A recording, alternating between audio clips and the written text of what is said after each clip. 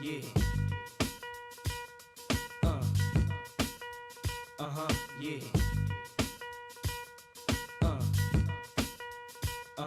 Yeah.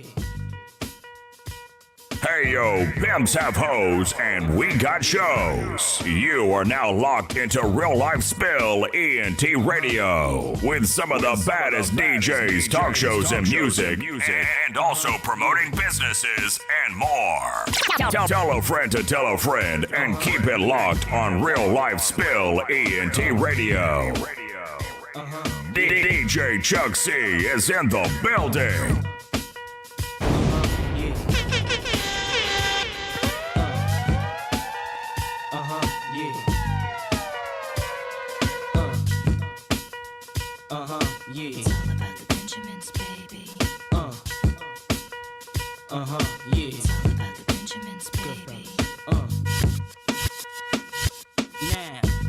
Y'all wanna do? Wanna be ballers, shot callers, brawlers, who be dipping in the bins with the spoilers, on the low from the Jake and the Taurus, trying to get my hands on some grants like Horace. Yeah, living the raw deal, 3-course meal, spaghetti, fettuccine and veal, but still everything's real in the field, and what you can't have now, leave when you will. But don't knock me for trying to bury 7 zeros over in Rio de Janeiro. Ain't nobody's hero, but I wanna be heard on your hot 9-7 every day. That's my word. Swimming in women with their own condominiums, 5+5s who drive millenniums. It's all about the Benjamins. What? I get a 50-pound bag for the mutts, 5 carats on my hands with the cuts, and something European chromed out with the clutch. What? Drinking more liquor, driving a broke bigger. I'm with mo sippers, watched by gold diggers. Rocking Bajor denims with gold zippers. Lost your touch, we kept ours. Popping crystals, freaking the 3-quarter reptiles. Enormous cream, forest green. Benz Jeep for my team, so while you sleep, I'm a scheme. You see through, so why nobody never gonna believe you. You should do what we do, stack chips like Hebrews. Don't let the melody Check intrigue 1, 2, you, let's go. cause I'll leave you. I'm only here for that green paper with I'm the strictly eagle. trying to cop those colossal size Picassos and have poppy flip outside Delgados. The end with cash flowing like Sosa and the Latin chick transporting in a chocha. Stampeding over prop modes, never sober. Flexing Range Rovers, dealing weight by Minnesota. Avoiding arcs with camcorders and Chevy Novas. Stash in the building with this chick named Malona from Daytona. When I was young, I want the boner, but now I only hit chicks who win beauty pageants. Tricking and taking me skiing at the Aspens. Gangsta mental, stay popping crystal. Pack a black pistol and act cool and dark brown. Pinky ringing, gondolas with the man singing. Italian music down the river with your chick clinging to my bizzles. Player, you mad fools. Acting hard when you was as RuPaul's. Come on. DJ Chuck C is in the building.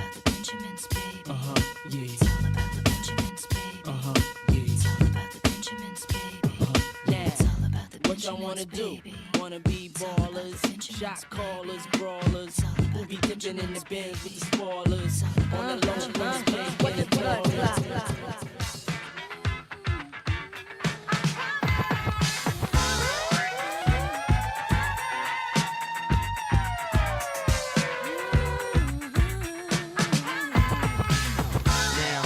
Hot, who not? Tell me who rock, who sell out in the stores. You tell me who flop, who cop the blue drop, who jewels got blocks, who's mostly Dolce down to the blue drop. The same old pimp, mace, you know ain't nothing changed but my limp. Can't stop till I see my name on the blimp. Guarantee a million shells, pull a level up. You don't believe in Harlem World, nigga, double up. We don't play around, it's a bet, lay it down. Niggas didn't know me 91, bet they know me now. I'm the young Harlem nigga with the Goldie sound. Can't no PD, niggas hold me down. Cooler, school me to the game, now I know my duty. Stay humble, stay low, blow like Hootie. True pimp, niggas spin no dough on the booty. And when you yell, there go Mace, there go your cutie.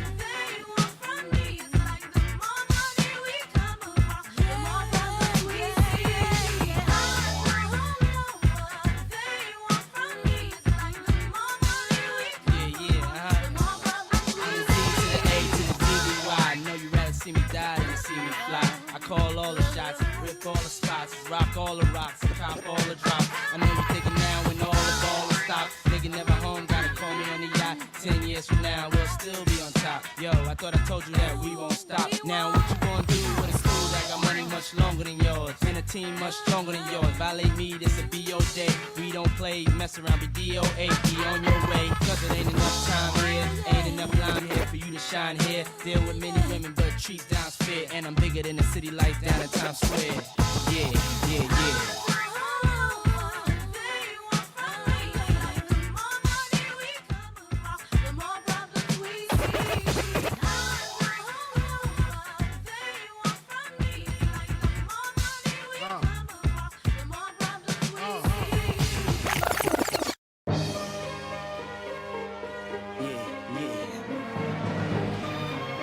Yes, welcome in, let's go. Ricky Rouse. Hello, good morning, tell me what the lick read. Pretty face, thin waist with the sick weave. First time fish tailing in the 6-speed. Real bad boy, tell him come and get me. I'm at the fight, betting kinda like Bellman. Only took a trip to the truck twice. Unpacked them and then Air Maxes. Stuffed 6 figures in my damn air mattress. I'm in love with large bills, a dime with a fat thin waist and tall heels. Yeah, it's the Teflon Don, 100 carats in the charm, time to give it back to Sean. Good morning. Let's go. Hello. Good morning. Hello. Good morning.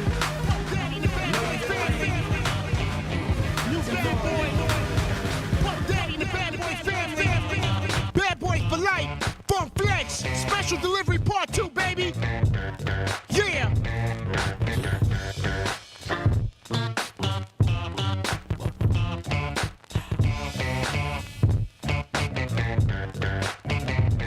I'm the definition of half man, half drugs, ass the clubs, bad boy, that's what's up.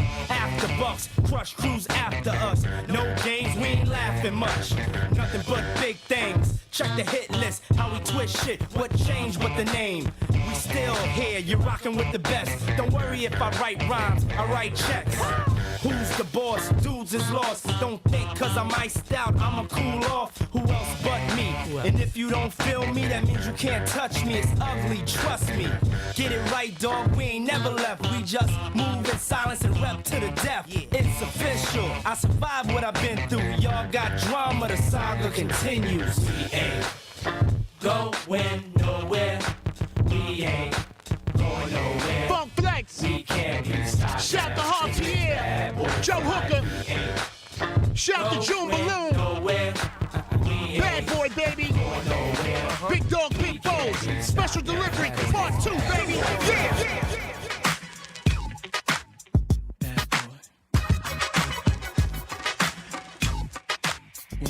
Now it's showing hot track, melt like it's hot wax. Put it out, all the stores, bet you can shop that. Leave a nigga with a hot hat, frontin' like bad boy ain't got tracks. Nigga, stop that. There's no guy slicker than this young fly nigga. Nickel 9 liquor, floss you die quicker. This bedtime, out of town pie flipper. Turn Chris Dallas to a crooked eye sipper. Everybody wanna be fast, see the cash. Fuck around they weak staff, get a heat rash. Anything a bad boy way we smash. 100 G stash, push a bulletproof E-class. I'm through with being a player and a baller. Just want me one bad bitch so I can spoil her. Mates wanna be the one you respect. Even when you're vexed, rock Versace silks over still V-Max. Dark green, never seen, so you suck my jewels. Clutch my ooze, anything I touch I bruise. Puff make his own law, nigga fuck your rules. Right. Good fellas, you know you can't touch this dude. Don't push us, cause we're close to the edge. We're trying not to lose our heads. Broken glass everywhere. If it ain't about no money, Puff, I just don't care. I'm that good fella, fly guy, sometime wise guy. Spend time at H-A-W-A-I-I. Mates, can you please stop smoking la-la? Puff, I try, I'm a thug, I'm a die. I be out in Jersey, puffin' Hershey. Brothers ain't worthy to rock my derby. Yo, I'm never drug-free when I'm in the club, G. Though I know the thugs be wanting to slug me. Could it be I move as smooth as Bugsy? Or be at the bar with too much bubbly? Yo, I think it must be the girls wanna lust me. Or is it simply the girl just love me? Brothers wanna rock my rolls, rock my toes, rock my ice. Pull out Glock, stop my life. I'm like, damn, how these niggas got that trust? Used to be my man, how he gon' plot on my wife? Do you think he snake me cause he hate me? Or he got his PhD, player hating degree? Can't nobody take my pride. Can't nobody hold me down. Oh no, I got to keep on moving.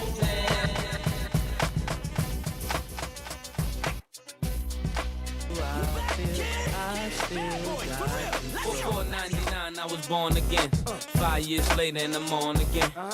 Man, I think I'm born to win. Me broke, that's an oxymoron. Forget a bus, I bought a drop to Toron. G4. This is what I sound like after 5 years. You back, kid? Before 99, I was born again. 5 years later, and I'm on again. Man, I think I'm born to win. Me broke, that's an oxymoron. Forget a bus, I bought a drop to Toron. G4 is what I saw on. You thinking I ain't hot, you so wrong. Sorry for the prolong, but now life goes on. Long list of hits and it goes on. I wake up and I don't even feel like a star. And man, I'm getting $1 million a bar. Indeed, I need not take no lie. Man, y'all gon' make me cry. It's kinda eerie when you hear me, your head stand up. Been a change of plan, rip your old plan up. Instead of hating, help me lift the big man up. Wake these people up and show them they keep dreaming. Breathe, stretch, shake, let it go. Breathe, stretch, shake, let it go. Wake these people up and show them they keep dreaming. Breathe, stretch, shake, let it go. Breathe, stretch, shake, let it go.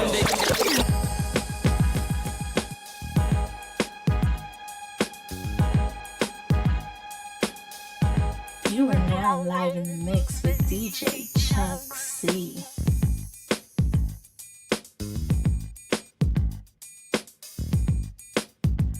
I want you to ask yourself one question.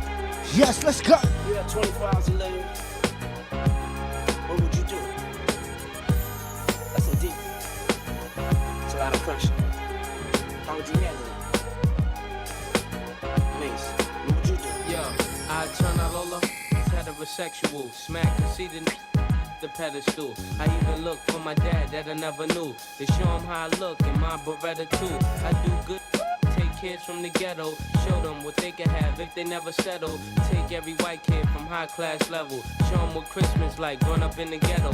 Teach how to spend, stash the rest, give under massive stress. Give every bum on the street cash to invest and hope Harlem will blow up. My last request. Yo, if I had 24 hours to kick the bucket, probably eat some fried chicken and drink a Nantucket. Then go get a job from Branson and make sure I leave my mother the money to take care of grandson. Load the 3 power, hop in the Eddie Bauer and go give all 6 to that poppy that sold me flour. Get a fresh baldy, make a few calls, shop at the mall, shoot a little ball, have all of my mommies one telly at the same time, spread it out on different floors, and I'm gonna play lotto. For what? Even though I ain't gonna be here tomorrow, so what? You know when I was close to the ledge, I'd probably be in the wedge with this bad Spanish mommy playing between my legs. Then I'm off to get choked and smoke one of them dreads and get that E9 that gave us up to the feds. Thought of mama, wrote her a note, we ain't close. I hate her boyfriend, so I put one in his throat. Mess around us for ounce of raw, bust the 4, pause, pull out my swipe and the piss on the floor. Jump in the whip, get them cats I wanted to get. Since the tavern on the green robbery in 86. Went home, took a shower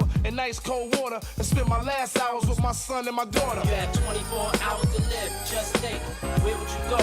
What would you do? Who would you?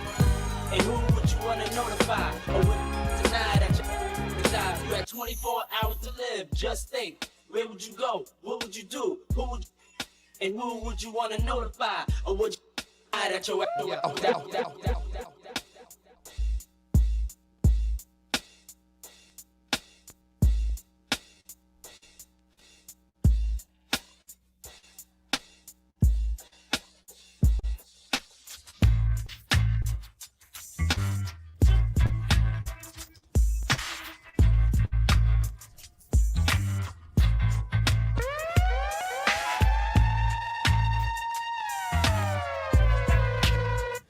Yes, let's go.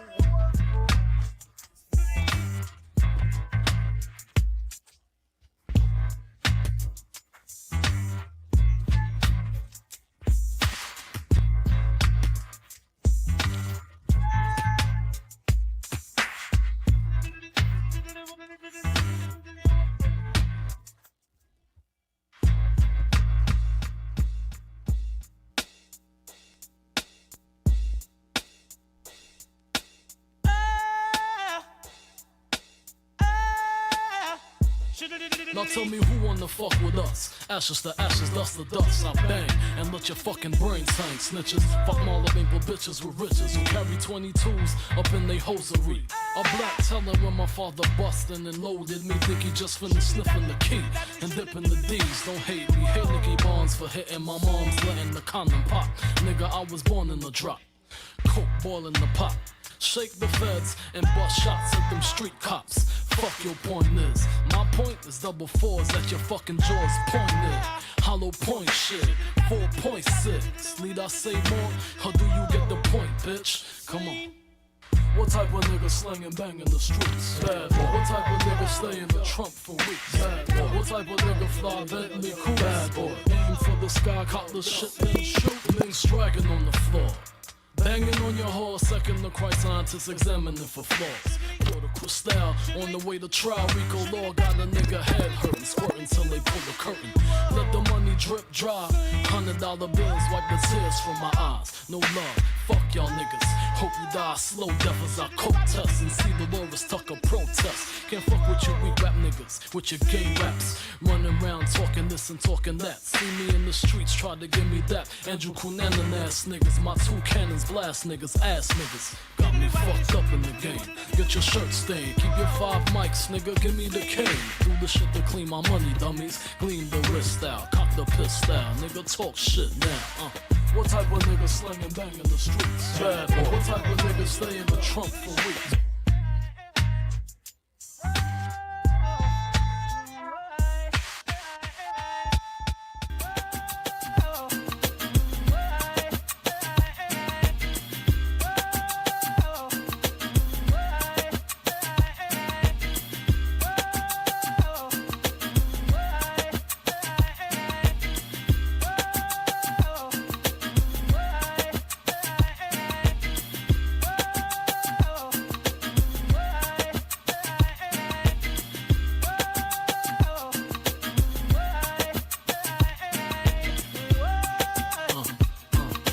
Gucci in the winter, I seen you with your girls walking, in your chinchilla fur. I was laid up in the cool black shader, looking at your face just pure with no makeup. A little bit of MAC lip gloss, hair in a bun well done. Looking for a ring, I seen none, so I hopped out the coupe and hot the suit to stop and introduce like I'm shining. You my destiny in your diamond cluster, too much just to touch you. Perfume down to your structure. Think I wait till the second night to fuck you. I wanna marry you. Now I'm just playing. We could start with a few nights out in Malibu, surfing, laying up on Persians. Here's my number. Put it in your purse and call me. On the telephone, she heard my voice. Tell me to pick her up in my Rolls Royce. If my Rolls Royce is not for ladies, then girl, I'm gonna take you in my Mercedes. If my Mercedes would have full up of the disease, then girl, I'm gonna take you in my Firebird. If my Firebird cannot take the curve, girl, put your ass on the dumb at your bus. We're getting closer. My player days is over. Well, maybe not completely, but still in all, come here. Rest your head on my bed and let me get between your legs. Lay on your back, take it from the back, like a bad girl supposed to. I know you like that. Scream, wake the neighbors from they sleep. Grab the sheets with your teeth, wiggle your butt cheeks. Pour the styles over your body, look you up, treat you like a convenience store, stick you up, take you to the balcony, pick you up, so you can look at the city while I'm digging your kitty. Then we drive into the sunset, pull over, get up on the hood, ma, I ain't done yet. On the telephone, she heard my voice. Tell me to pick her up in my Rolls Royce. If my Rolls Royce is not for ladies, then girl, I'm gonna take you in my Mercedes. If my Mercedes would have full up of the disease, then girl, I'm gonna take you in my Firebird. If my Firebird cannot take the curve, girl, put your ass on the dumb at your bus. We've been together for a few months now. Did it all 4 seasons to the Trump. Beverly Hills bungalows in your underclothes. In Paris, Eiffel Tower, bubble baths and showers. Dinners and Indochine. Since here's what you see. Give me all the chicken heads from Pasadena to. Bad boy. Give me all the chicken heads from Pasadena to Medina. Bet big, get in between your dentist. The prognosis, doses, blends and bends like Twizzlers. Biggest fitting to hurt. What's under that skirt? Slow down, nigga, you're killing it. Who Filling them with octane, got them gassed up, about to get blasted up, son. The last one, word the mother, brother miss him. I seen it when he kissed him at the wake, made his body shake. The high guy in 850 eyes, smoke tint, rap terror, 4 chrome and terror. True five by the rivers, the fifth is conspicuous. Bad boy slipped in 95, ridiculous. My rap lines is like landmines. One step, kaboom, black suits fill the room. To whom it may concern, Junior Mafia's the click. Act up, I have my honey's total bunch of shit.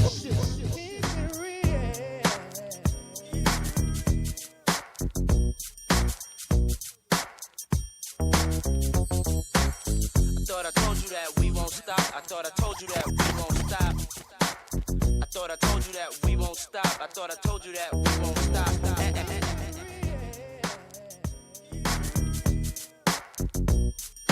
Yes, we in the building. Let's go. I thought I told you that we won't stop. I thought I told you that we won't stop. I thought I told you that we won't stop. I thought I told you that we won't stop. I thought I told you that we won't stop. I thought I told you that we won't stop. I thought I told you that we won't stop. I thought I told you that we won't stop. Check it out. Jesus, the notorious just.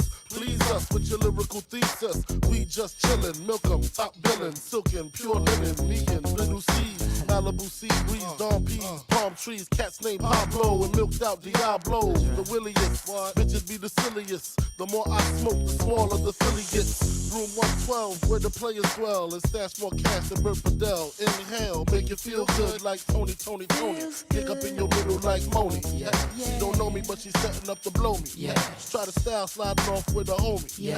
Escada Dangada, player, stay splurging. Game so tight, they call it version. Oh, I need to know where we stand. Do we share the special thing called love? I know I do. What about you? I just can't get enough of this time. Where you go? What do I do? I can't live without your love. Thinking of you makes me feel like I am the only one for you. Girl, I want to be with you. No one else, only you. Why can't we just make it happen, baby? I need you in my life.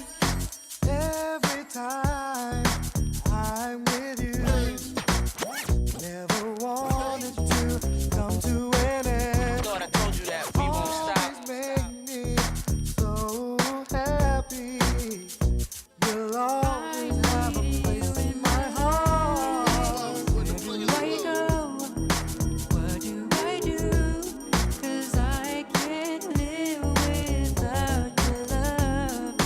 Thinking of you makes me feel like I'm the only one. Damn, you can hum all you want to, come all you want to. Money, I'ma front you. Girl, I wanna flaunt you. I'ma always want you when nobody wants you. If I die now, my love will still haunt you. Mace ain't the one that'll pay for your phone. Mace be the one that'll take you home. Even though I'm not the one that gave you the stones on your days alone, I can make you moan. Everybody know I got more bounce than an ounce. Bad boy, get more money than you can count. Why I'm buying things you can't even pronounce. I do it to you, cat, for a large amount. And when the beef come, you know where to be found. Why I be around till the winner is announced? Here you go, girl, with thousands in your palm. Why you can't let bygones be bygones? Where you go?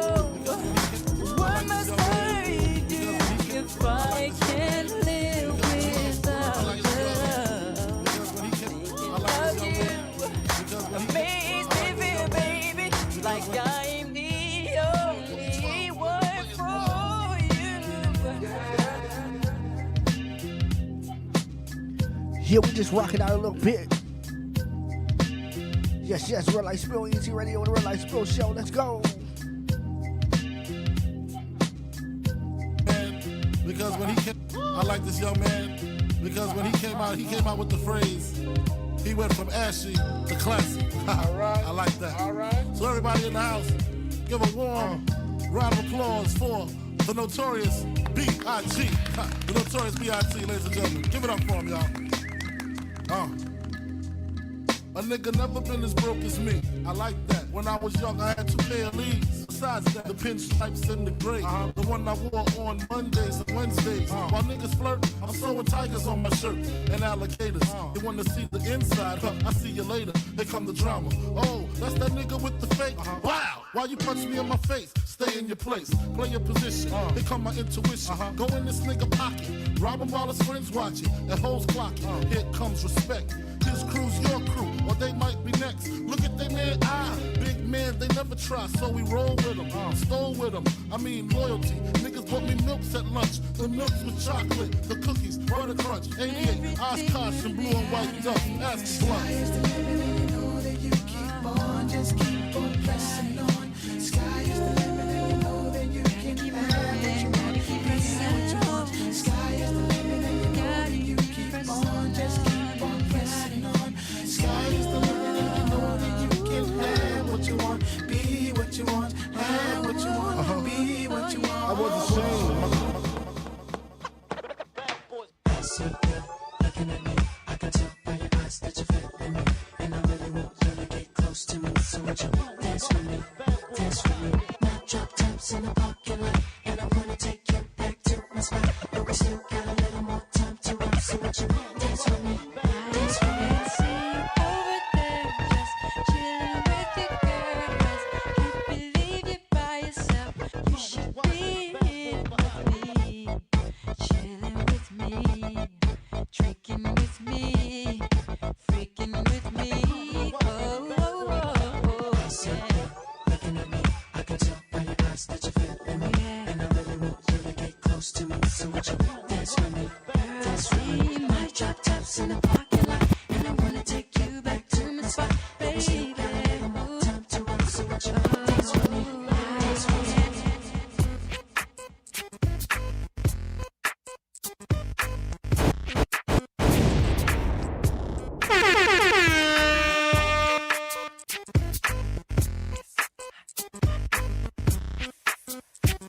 It's the S, the L, the I, the M. Let me tell you what I wanna do.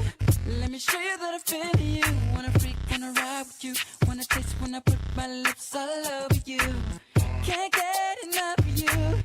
Always thinking of you. So sweet, I can't forget. So good, girl, you make me sweat. But I'm talking about bitches and cream. Oh, I need it 'cause you know that I'm a fiend. That's right. It's even better when it's with ice cream. Know what I mean? Peaches and cream.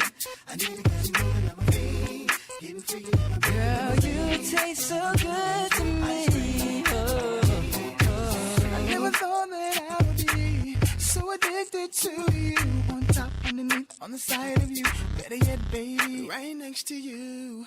Love the way you're just flowing down, and I can feel it all around. In the front, in the back of you. Ooh, I love the smell of you.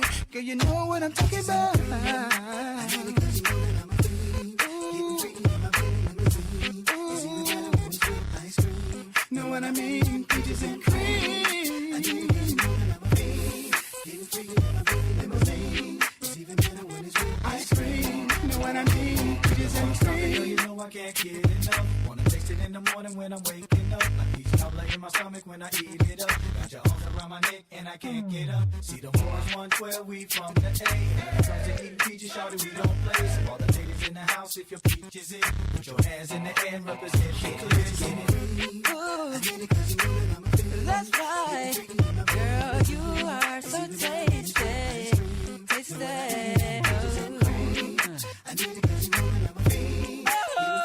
Girl, you taste so good to me. Oh, I need it 'cause you know that I'm a fiend. Getting freaky in my Billy limousine. Know what I mean? Peaches and cream. I need it 'cause you know that I'm a fiend. Getting freaky in my Billy limousine. Know what I mean? Peaches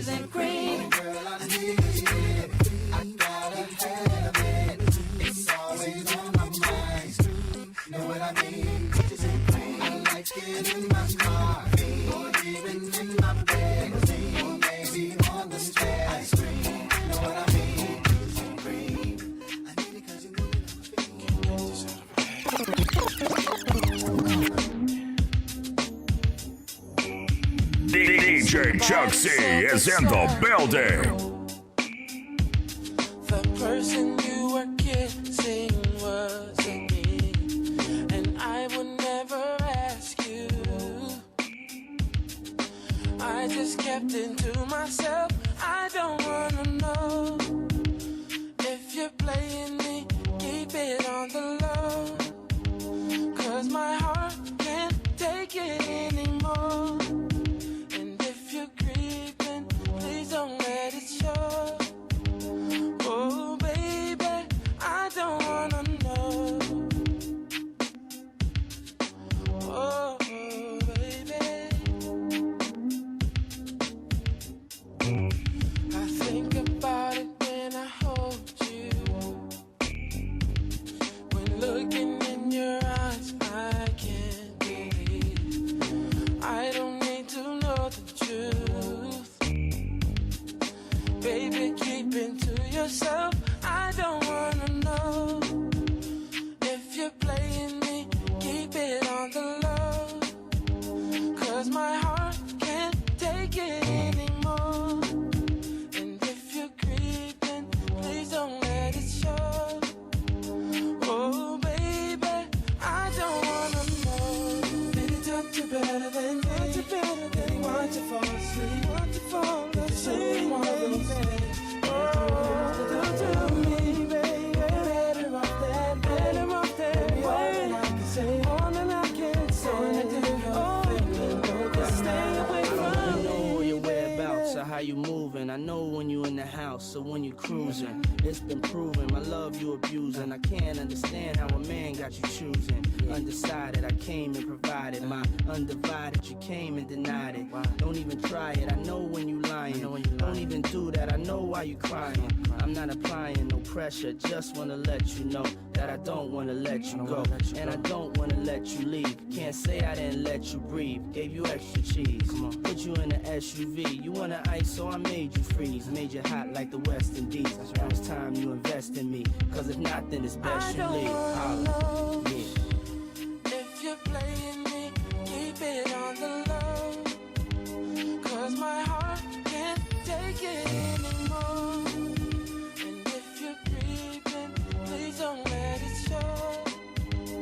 Oh baby, I don't wanna know if you're playing me.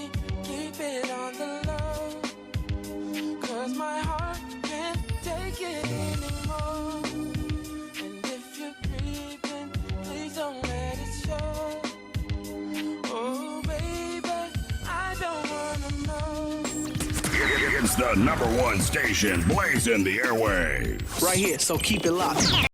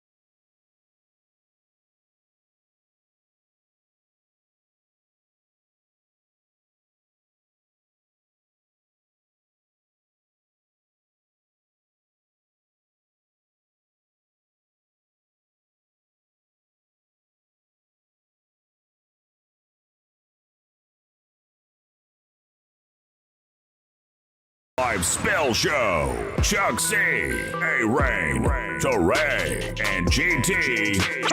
Right here on Real Life Spill ENT Radio.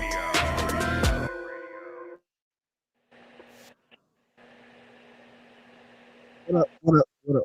What up, my peoples? What's going on? Hello to the world, and shout out to everybody that's listening to the sound of my voice.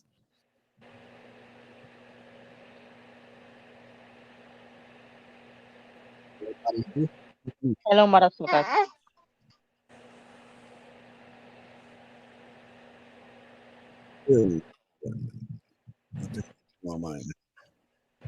like how you had a little shady intro to our show today. You said I did what? And I like how you had that little shady intro.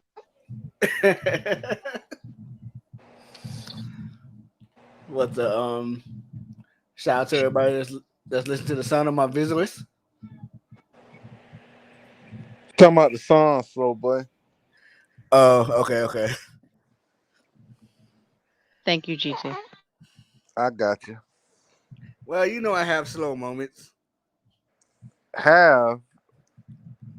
Don't start now. It's not the time or the place. Frequent slow moments. You know what, you, okay?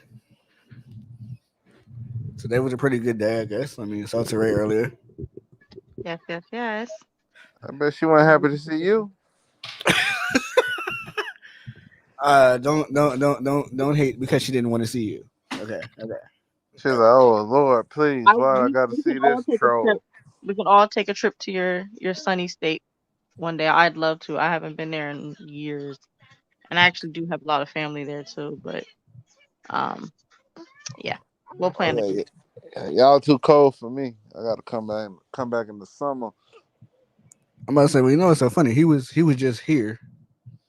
GT was literally just here. And you didn't think it was important to mention that I should meet my co-host in person? Well, that wouldn't have been up to me. That would have been up to him and somebody else that we ain't gonna name on this show. The next time we're all in the same state, we should all hook up for lunch or dinner or something. It doesn't matter. But yeah, we all I was there. I guess next time he comes, I really want that to happen because even with the other podcasts we're doing, I was saying that I wanted everybody to try to get together, and I was like, then we could take pictures and stuff and promote, as far as promotion wise, promote it more. I can hook it up as far as a photographer and getting like headshots and all that. So yeah, we can work that out. Yeah. So it's about that time, guys. It's about that time, for the extra long prayer and all the cooking and what are you thankful for and I ain't going through all that crap, man. It ain't even that serious. Yeah. We ain't going around asking everybody what they thankful for no more. Hey, pray over the food, eat, enjoy, go on about your business. Wait, and don't say a long prayer. We ain't doing no long prayer. Don't say an extra long prayer. Well, Thanksgiving got a dark meaning behind it. We ain't praying over the white folks slaughtering Indians. Everything has a dark meaning, to be honest with you. So, there are no clean holidays in America. In good old America, there's no such thing as a clean holiday. Just let me know you're ready for me to bring you in. America, we're the best, don't you know it? It's America. You gotta take the A off. It's America. Good old America. You got to replace the C with 3 Ks. Yep, America. Why you think we got look, Jigaboo? Why you think we got the accent going? Look here, pork monkey. You watch your mouth. This the best damn show. This the best damn show ever. Yes, it is. Wait, I saw something on Facebook. I've been wanting to ask this question for a minute now. Like I said, we're gonna have the prayer and all that stuff.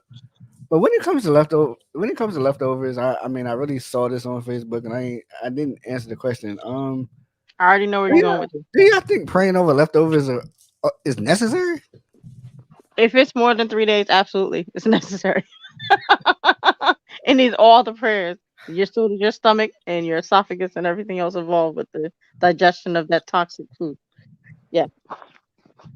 Like, hey Lord, it's me again. I just want to thank you for this chicken that I ate about 2 hours ago, and the rice and all the sides that go with it, and this beverage that's gonna wash it down.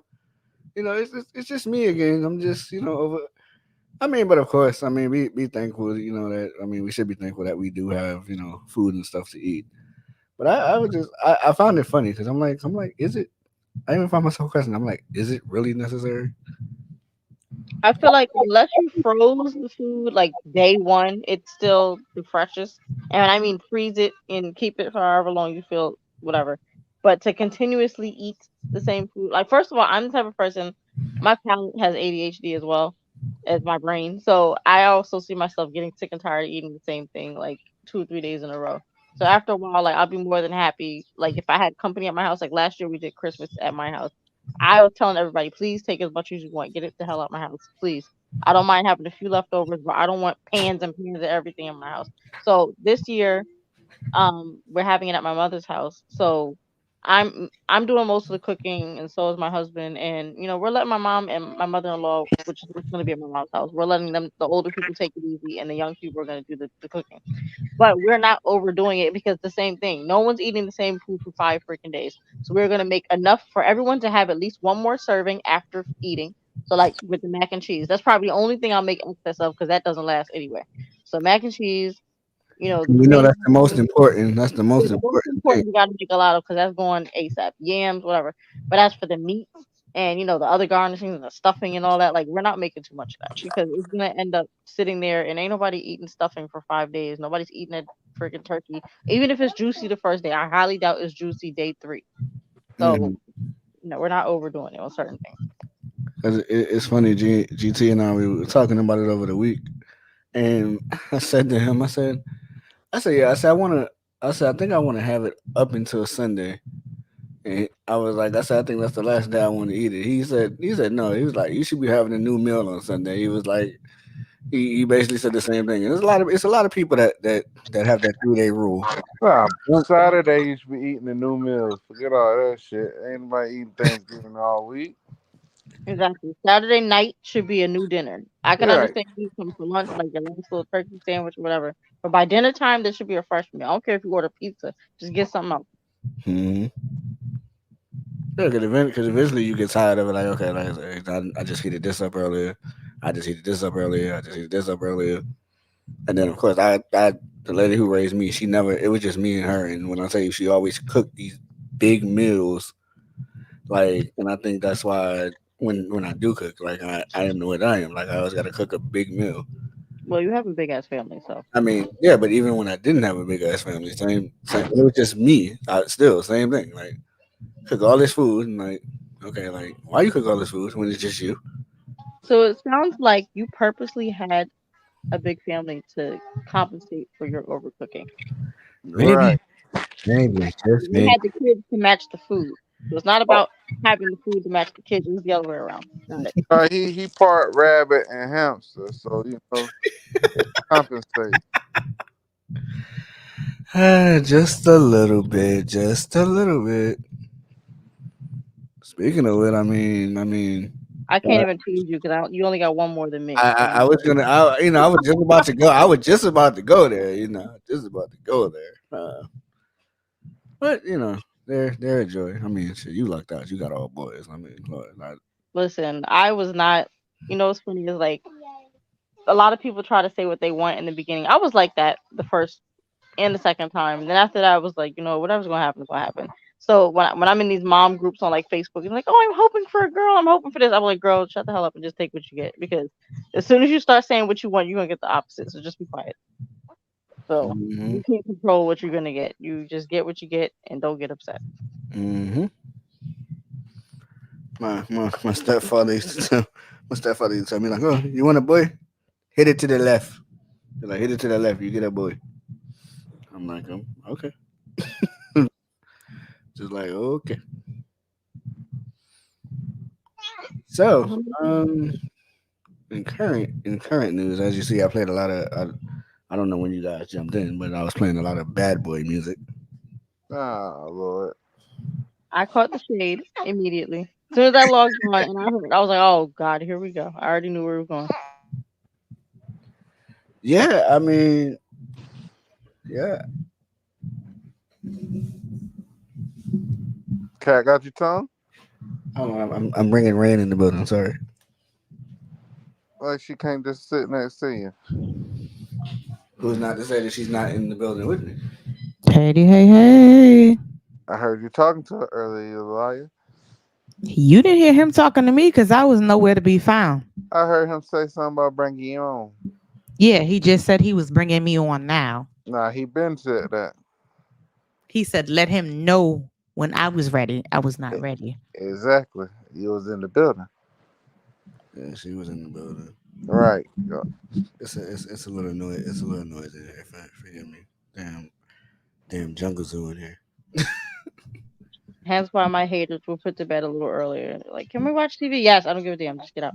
I had too much to do today. Yeah, I mean, I've actually been out since like 6:30 this morning. My godmom had called me and I'm like, I was like, yeah, I was like, I'm getting ready to go do the show, and she was like, I said, I don't know how the hell I'm getting ready to do it either, to be honest with you. I said, but I said I'm doing it. I said because I didn't want to cancel at the last minute, so I want everybody having my head. Because Jared, I'm about to say his real name. Shit. You already did, nigga. I didn't get it the whole way out. Okay, Jerry. He been popping his shit about the home show. Yeah. So what are we doing? What's going on? When are we coming back? When are we coming back? And yeah, and it's him missing sometimes.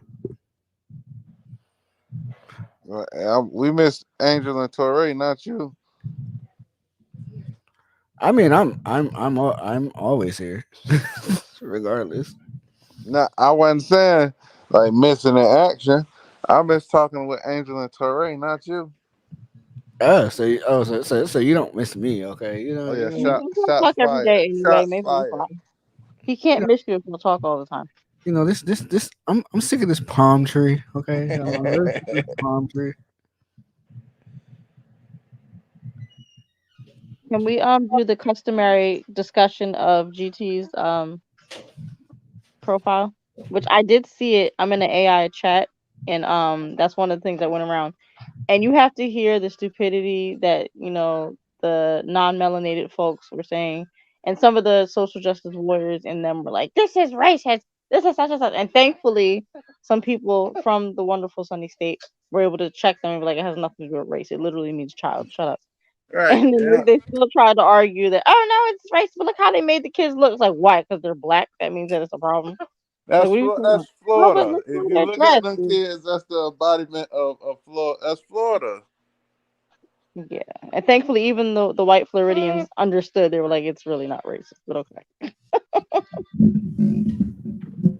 Hey, I love it. I will. I'll be the first one to the movies if they made a movie like that. And the only reason I even know that word is because Rain told me what it was. Because the first time I heard it, I was like, "What in the entire hell is this? What is this?" And she told me what it meant. Because I kept saying, jit. Da, da, da." I was like, "What?" I thought they were saying legit, but taking off the "la" and just saying jit, whatever. And she's like, "No, no, no, it means child." I was like, "Oh," because I was not Yeah, understanding it at all. that's a Whatever. Florida special. You a jit. Oh yeah. Oh dang, that's a big ass jet. Yeah. That is a Florida special right there. Well, we know she grown, but shorty a jit because she's short. huh. Yep. Like I said, I played Bad Boy, and that is the fastest settlement I've ever seen in my life. He didn't want them that evidence to come out because it becomes public record in court, and they open the courts up so people can listen to the hearings, kind of like with the Tasha K. I Combs. don't think it was more or less about that. Let's face the fact that in all the stories that I heard, not one time was she being held hostage or made to do anything. Her response was always, whatever Sean wants.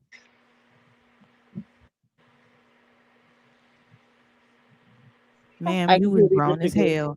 You I made completely grown disagree. ass decisions and you didn't secure the bag behind it. Nope, So you that's not even said, why the let me lawsuit got double back. started, to be honest, though. That's not how the lawsuit started. It started because she was writing a book. Diddy was trying to get her to stop writing the book. She said, no, I'm going to write the book because it's my life and I'm not writing your name in any damn way. He got upset about this. This happened months ago. The lawsuit, we're just hearing about it today, but this is not new. This just started a couple months The ago. lawsuit He said, started I'm when writing she the book. found out that he was giving rights to everybody and didn't give her the No, rights she back to her started. little She nasty already. The book was catalog. already written. The book was already written like a year ago. She came out and told him, "Listen, I'm giving you a heads up. I'm putting the book out." Obviously, because she was with him from the age of 19 until a couple of years ago, there's only one person she could be talking about besides her current husband, because she hasn't been with anybody except for Ryan Leslie and Diddy. So when Kid she Cudi told too. him, let me finish. So before the lawsuit came out, she literally said, I'm just giving you I hear notice a to put this hater. book out." Yeah, he's definitely a hater. So Diddy told her, "You're not putting the book out." She's like, "Well, I'm putting the book out or I'm suing you because either way I'm gonna make money off of my story." So he tried to play hardball with her. She told him, "All right, you don't want me to put the book out, then give me X amount of dollars." He said, "No, F you, da da da da." She's like, "All right, well then that's when she filed the lawsuit because she's like, either way, I wrote this book, I'm putting it out, I want to make money off my book." I And just find he it had to sue ironic her. that she decided to write a book a year after he decided to give everybody back their publishing catalogs, minus her, uh, B5, and a couple of other people. But I feel like the reason they didn't get their catalogs back, because let's face the fact, y'all didn't have much catalog, and most of y'all hit songs are samples or things that he had written and he had to pay to even make it a hit. So honestly, no, I do get that your voice is your creative right, but outside of that, I don't feel like you deserve anything off of that if all he did was make his money back that he put out to even make that a hit. It's even a little more that to that as well, because here's the thing.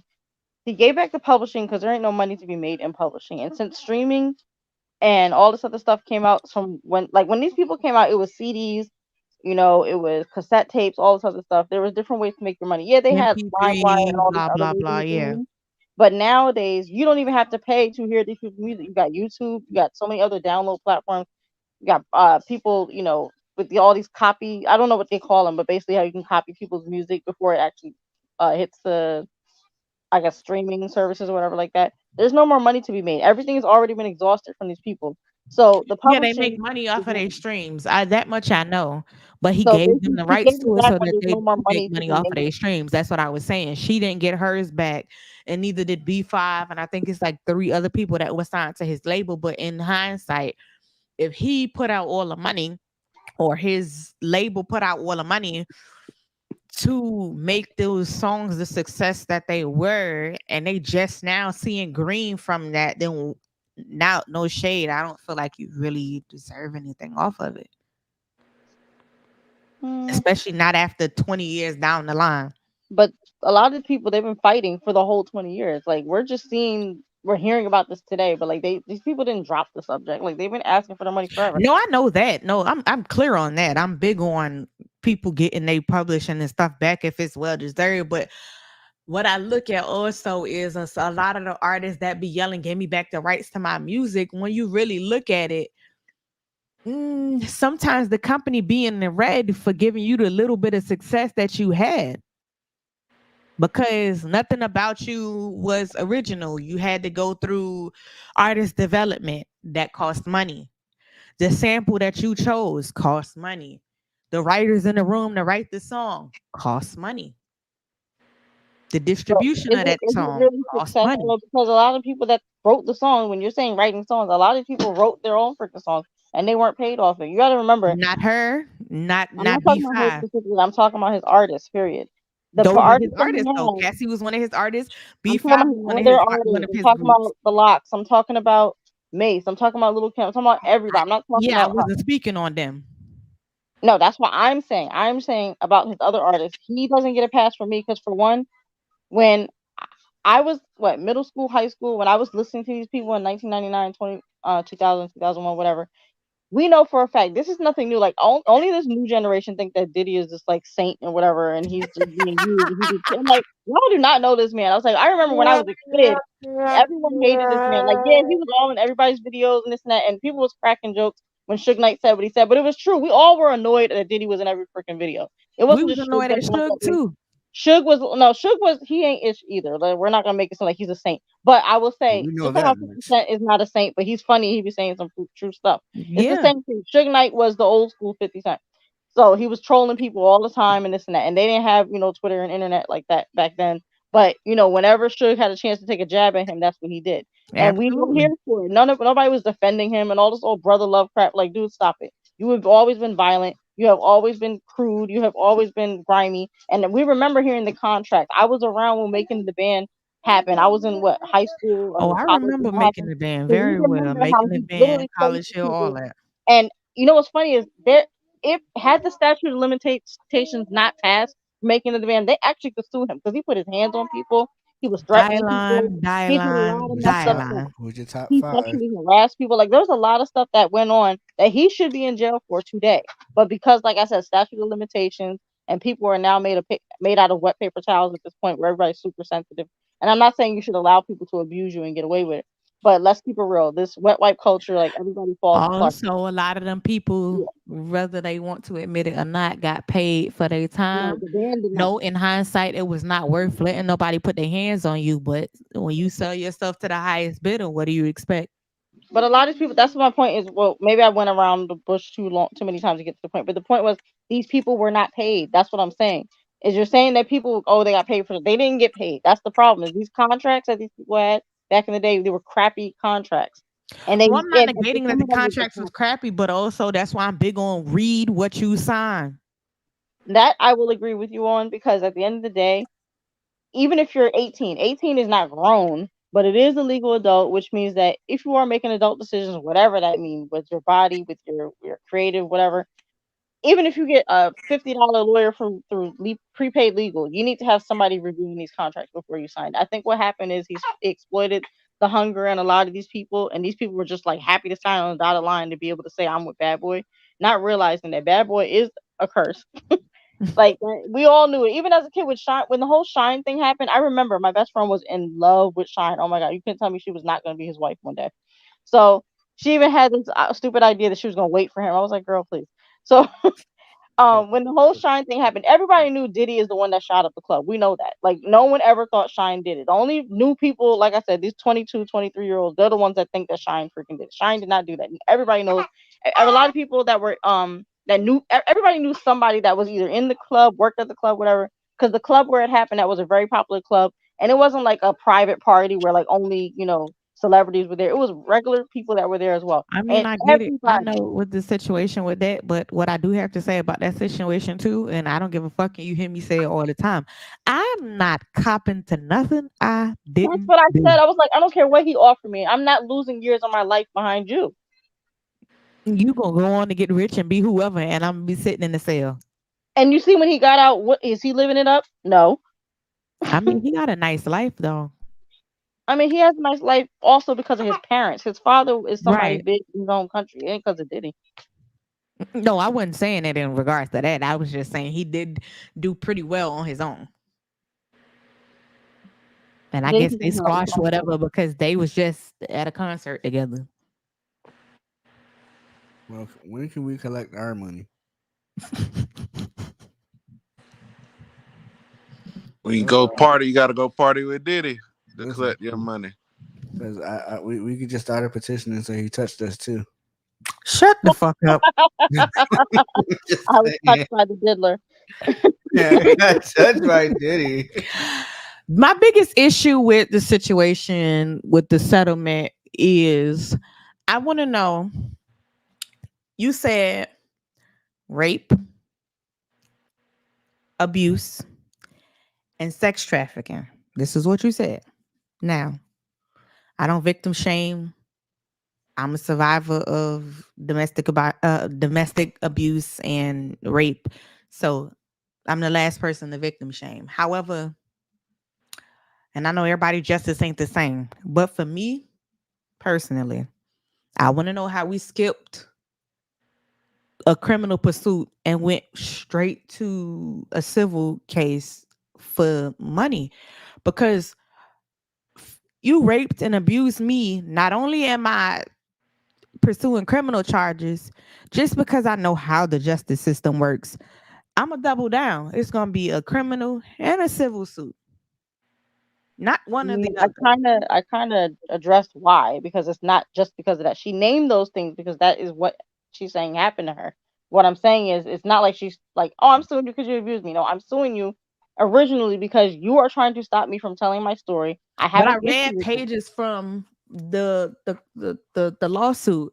I know I'm not disputing she didn't mention those things, but the original reason for the lawsuit is not the abuse. It is the book that caused everything, and the fact that he's literally trying to silence her. And here's the Yeah, thing: when people and sign even with NDAs, that, I'm pretty sure with that settlement that you had to sign an NDA. So was it really worth it? but here's the other thing about NDAs that a lot of people don't know: NDAs do not cover crime, the commission of crime. NDAs cover you're a sexual deviant, you like to be peed on, that type of stuff. However, if you are doing illegal stuff, NDAs do not protect that person. So, for instance, if I have Rain and all the people on this podcast sign an NDA against speaking on my life, that does not cover if I robbed a bank, if I did anything fraudulent and you got proof of it. That does not cover any of that. And a lot of people seem to think NDA means I can't speak on anything involving me. That's not true. It means that you cannot speak on my private life, things that you witness, unless it's a commission of a crime. But that's what I'm saying. None of this stuff you technically were not held against your will. You did that to be a kept girl. And it came with the territory. You wait. And my thing is this, like I said, I don't shame, but you were with him 10 years, and 5 to 6 years after those 10 years with him. So we talking about 15, almost 20 years later. Now you want all of it to come to light, unless the things that they used as examples to her truth. I said, we've been through this. It was public knowledge already. These interviews are old as hell. So nobody ever said she was lying in that aspect. But one thing that is in common with each of the stories that the other people are accounting for, it was never against her will. It was when we're asked, are you really gonna do that? Oh well, anything for Sean.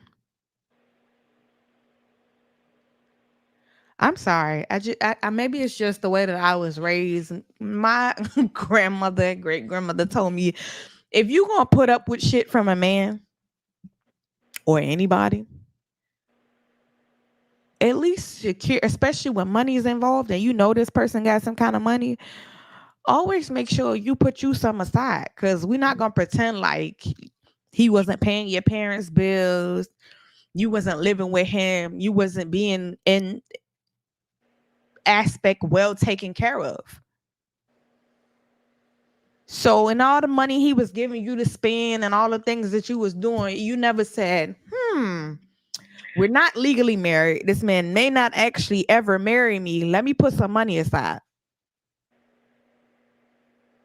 I'm sorry, if you got me laying up with prostitutes, I'm gonna protect myself. Oh, this gonna come with a price. This what you like, and this what you want to watch. Oh yeah, you gonna have to pay for this though. And not one time did I hear you say he forced you to have sex with male prostitutes, or did I read that he forced you? It also said that you said for yourself that he lined up 5 to 10 male prostitutes at a time. You chose who you out of those 10 people felt like you were most attracted to and wanted to sleep with. And then he sat there and watched. So what I heard was a 19 or however old you was at the time this stuff was happening was a willing participant. Did he taught me?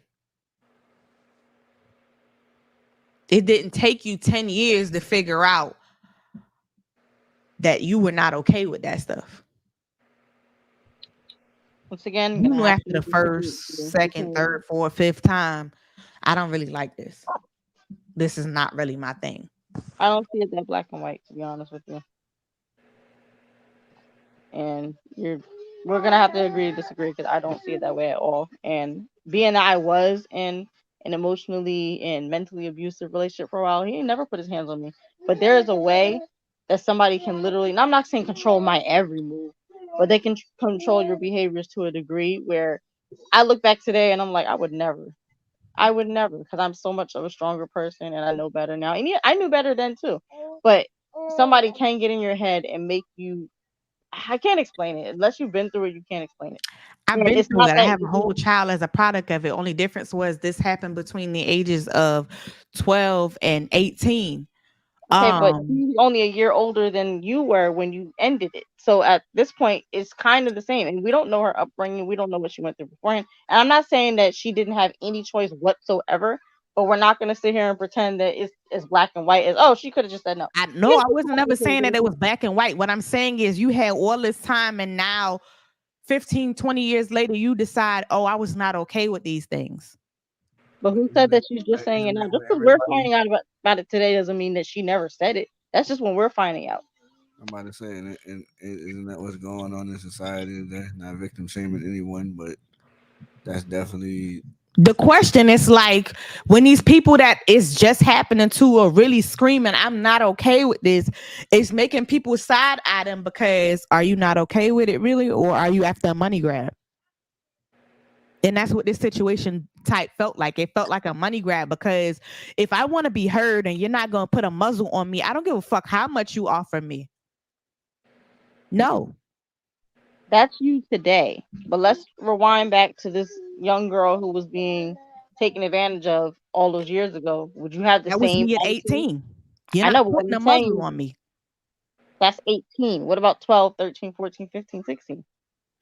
At that point, I screamed it to the top of the mountaintops to anybody who would listen, but public opinion is a motherfucker. But that's what we're giving right now. We're all me as well. Even though I'm kind of siding with her, I'm still giving my public opinion because I wasn't there. None of us were there, and we're all giving public opinion.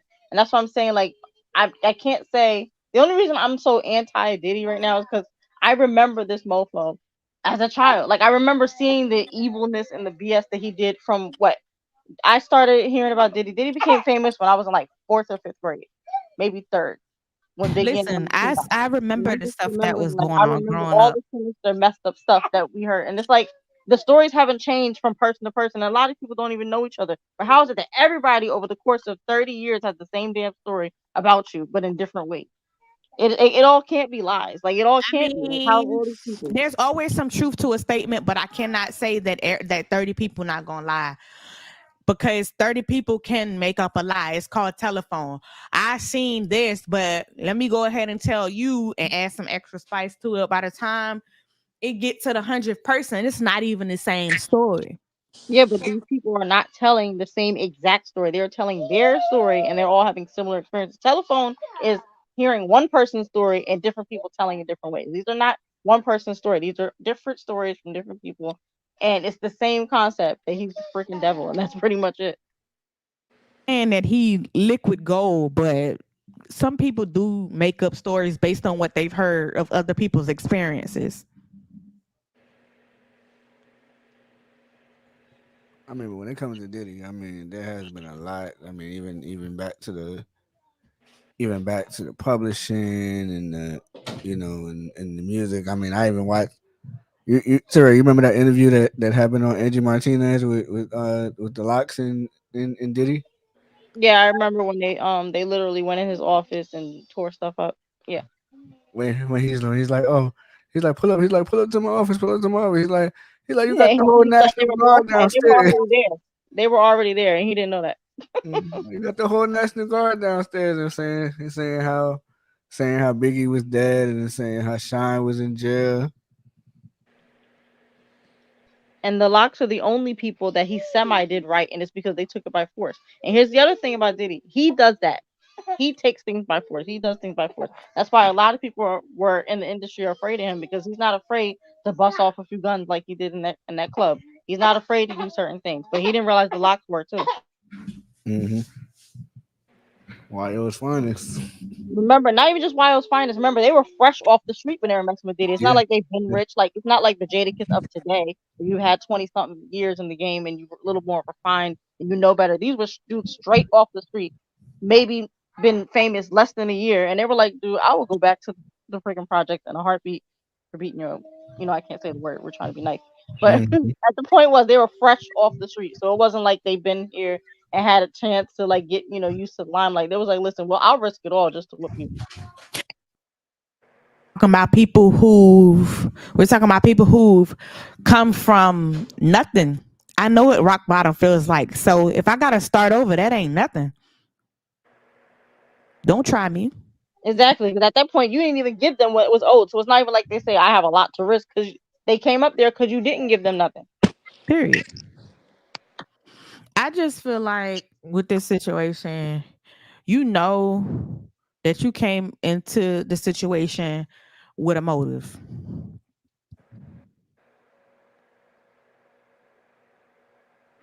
And due to the fact that you came in with a motive, and that was to become, I guess, somebody famous because you started off with a singing career and then somehow you got smitten by him, you should have covered your ass. That's it. One thing this industry has always taught people is to cover your ass. Nobody gonna look out for you like you gonna look out for you.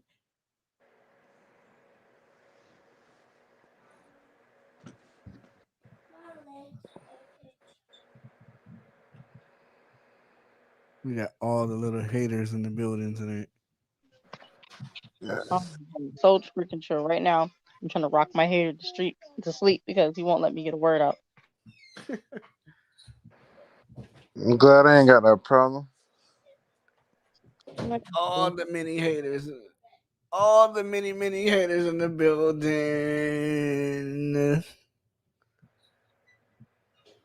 I'm just saying. I'm just saying. Yeah, because and then something. I think we were supposed to talk about that on the Real Dollars podcast about I mean, I don't even know about. I mean, I really don't even give a fuck about Diddy's sexuality, but I don't know that all that calling guys daddy shit. I playfully do it with GT all the time, but but I'm just, but I'm just saying. You're not gonna tell me that man don't have a diamond studded domino bag over his tank. We're not gonna say he doesn't. Look, listen. To each his own. People's sexual business is their sexual business. My only advice is stop trying to swing people to your forte. You know good and hell well they don't swing that way. Stop. I like your drink, daddy. I like your drink. Did you Grow. see Fabulous's face? He looked so concerned. He's like, because I'm telling you, remember, the diddler is the devil, and it's got to be true. Because look how Fabulous, as tough as he talks and acts for people, he knows Diddy has had people taken out for less. So he's looking at Diddy like, oh, but we have partied before, looking all nervous. Mind you, anybody else he'd been cursing them out, calling them all types of f boys, and I'll do this and I'll do that. He's like, Diddy, he knew not. nah, you don't want to party. You ain't party with Diddy like Diddy And style. that's what he said. He's That's what like, Diddy I don't said at want the to beginning. He's like, party you with ain't part of Diddy. me. He's like, oh, I'll party with you for. He's like, no, you ain't already with me. And Fab face looked like his butthole got tight. It was like, oh. God.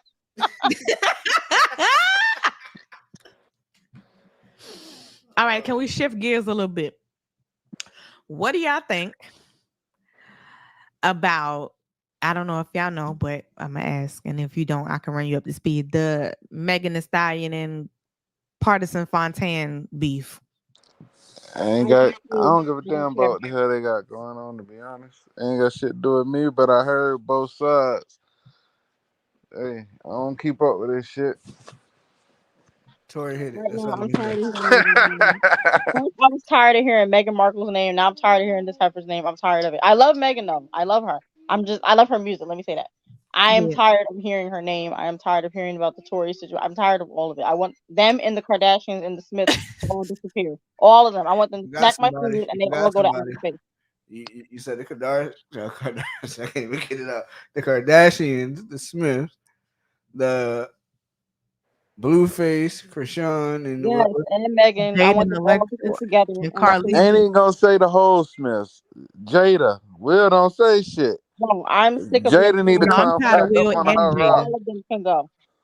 wait, did y'all hear what the assistant? Did y'all? I mean, I saw the video on Twitter. The assistant was saying about the guy's name's Dwayne Martin. Dwayne Yeah. Martin. That's That's Tisha Tisha Campbell's Campbell, ex-husband. Martin's ex-husband. They're saying Literally, no one is surprised about any of this. Like this, these. I'm not even talking about just that rumor with him.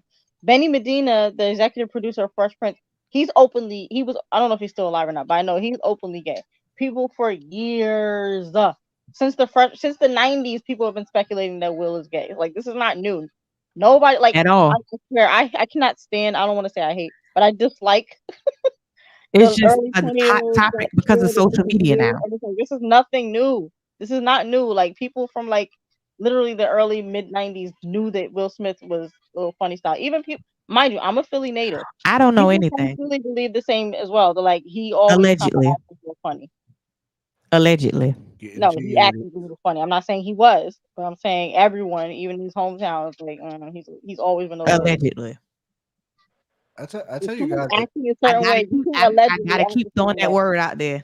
No, but allegedly means saying for a fact he's definitely gay. No one's saying that. What I'm saying is he's No, always it's some people been saying gay. for a fact. And I don't want no I'm saying, defamation lawsuit. So allegedly. T Ray is saying, Ain't nobody let it finna be sue said. your ass. Hey, well Jada said they suing. So allegedly. I told you guys that story before, right? About that's all I used to be able to listen to. My grandparents were such haters. I couldn't listen to Tupac, Biggie, and then that. I used to have to listen to Will Smith. Damn, bye. Getting jiggy with it. Yeah, we had a we had a conference one time, and they're like yeah, you know, they're like, oh, he's doing good. He's excelling, you know, da da da da da. You know, because I was like, I really hope I'm doing all right, because I already knew what was coming if I wasn't doing all right. So I was like, these damn people better say I'm doing all right. It's like, oh yeah, but we don't allow him to listen to rap. I mean, we allow him to listen to Will Smith, but yeah, I mean, Big Everyone just Willie. had a position with Will Smith. That just proves it to you. imagine getting jiggy with it over and over and over and over. I mean, I of course, gotta find something else to listen to, homie. I still snuck and listened to what I wanted to listen to, but I just couldn't play it. I couldn't play it out too loud. All right, so for those that don't know, Lightfoot, Megan came out with a song Cobra, and the song she said caught a nigga getting his dick sucked in a bed that I was sleeping. She never said it was her house or her bed. Fast forward, the Megatrons jumped on this man's social media and his new girlfriend or whatever she is social media and was like, oh, you ain't shit and how could you blah blah blah. And then this man drops a whole diss track. And for me, what I have a problem with is not the fact that you wanted to clear your name. What was whole mentality, and as this generation says, sassy as fuck for me, was that you didn't clear your name. You admitted that you cheated on her. You gave whatever reasoning that you thought was valid. To me, the diss track was a lot of deflection because you talked about this girl personal business, her lipo, how she was talking about this one and that one, but then say, I really loved you as a I really loved you. And this is not for Megan the Stallion, this is Megan the person. Sir, no, you didn't. You ain't love her because you sat up and just like one of these sassy ass backstabbing bitches turned around and told that lady business. You could have cleared your name or this her bag without any of that.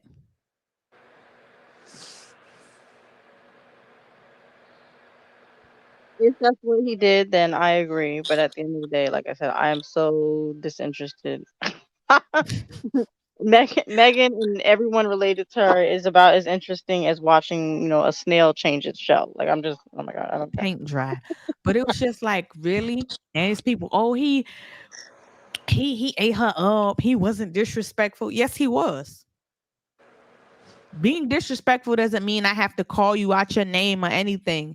Being disrespectful is disclosing things that only you and I was supposed to know was happening to a room or an audience that it was unnecessary for them to know.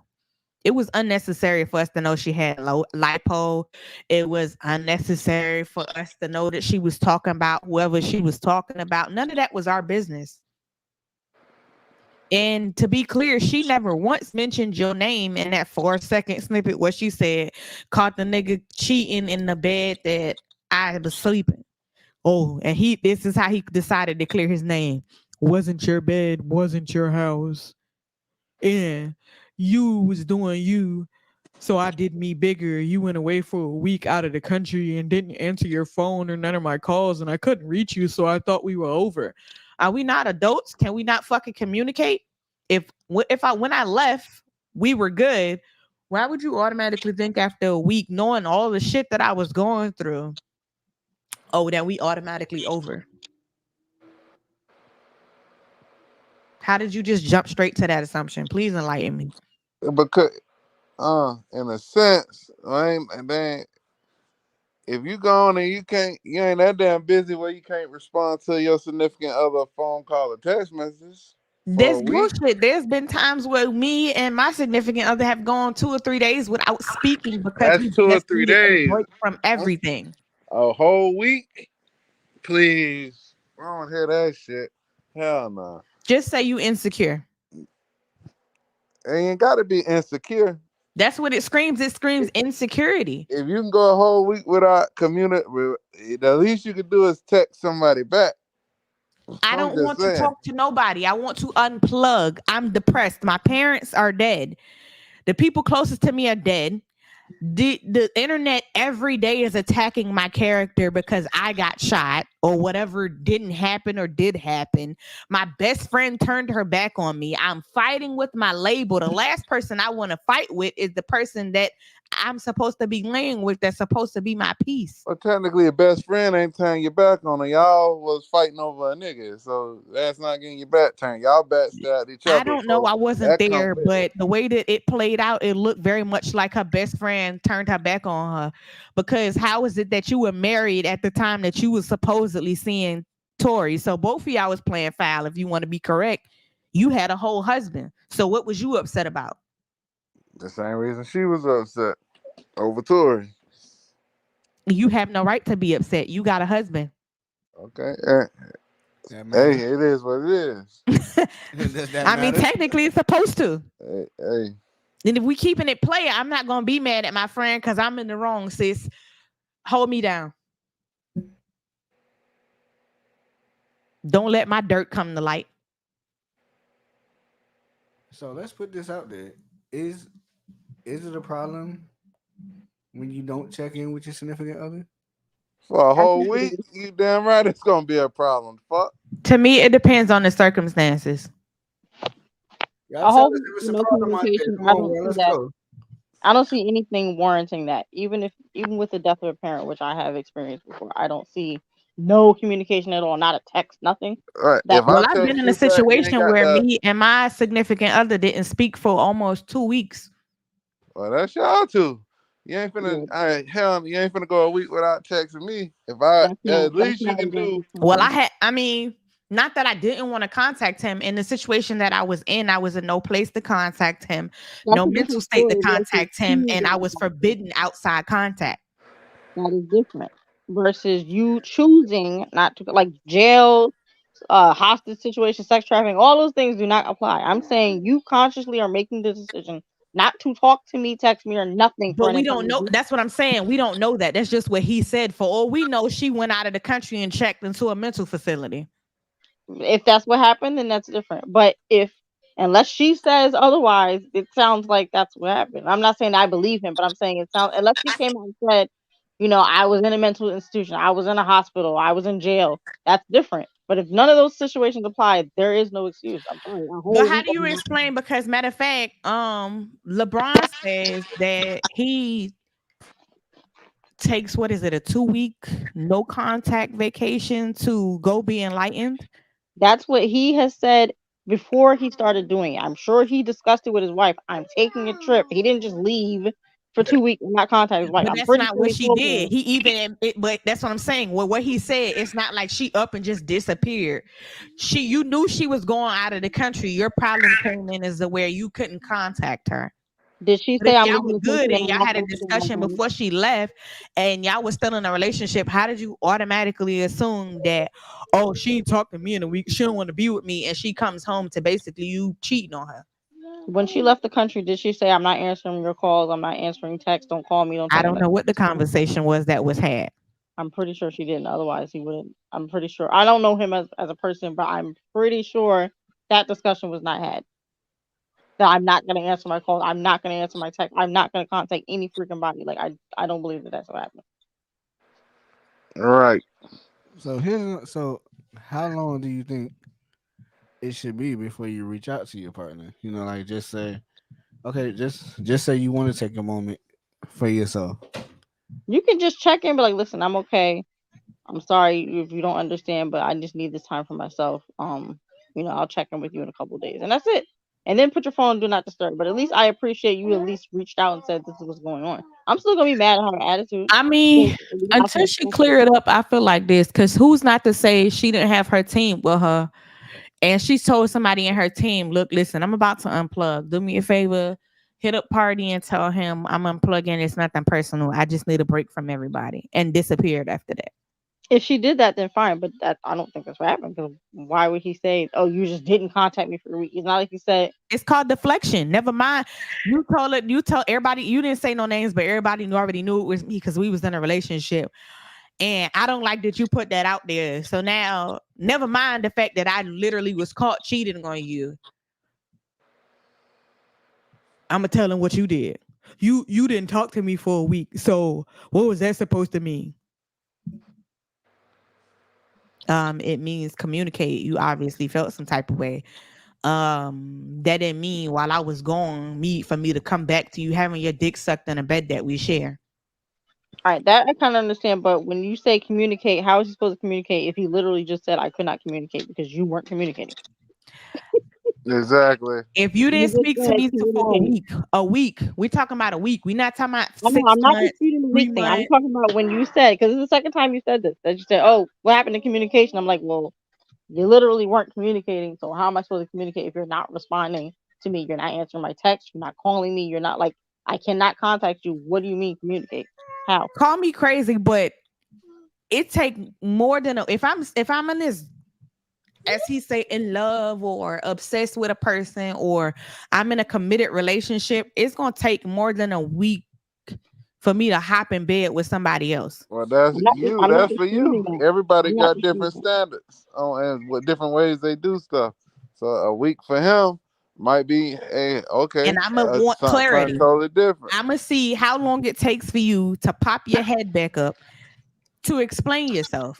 You didn't even give her time to show back up to explain herself.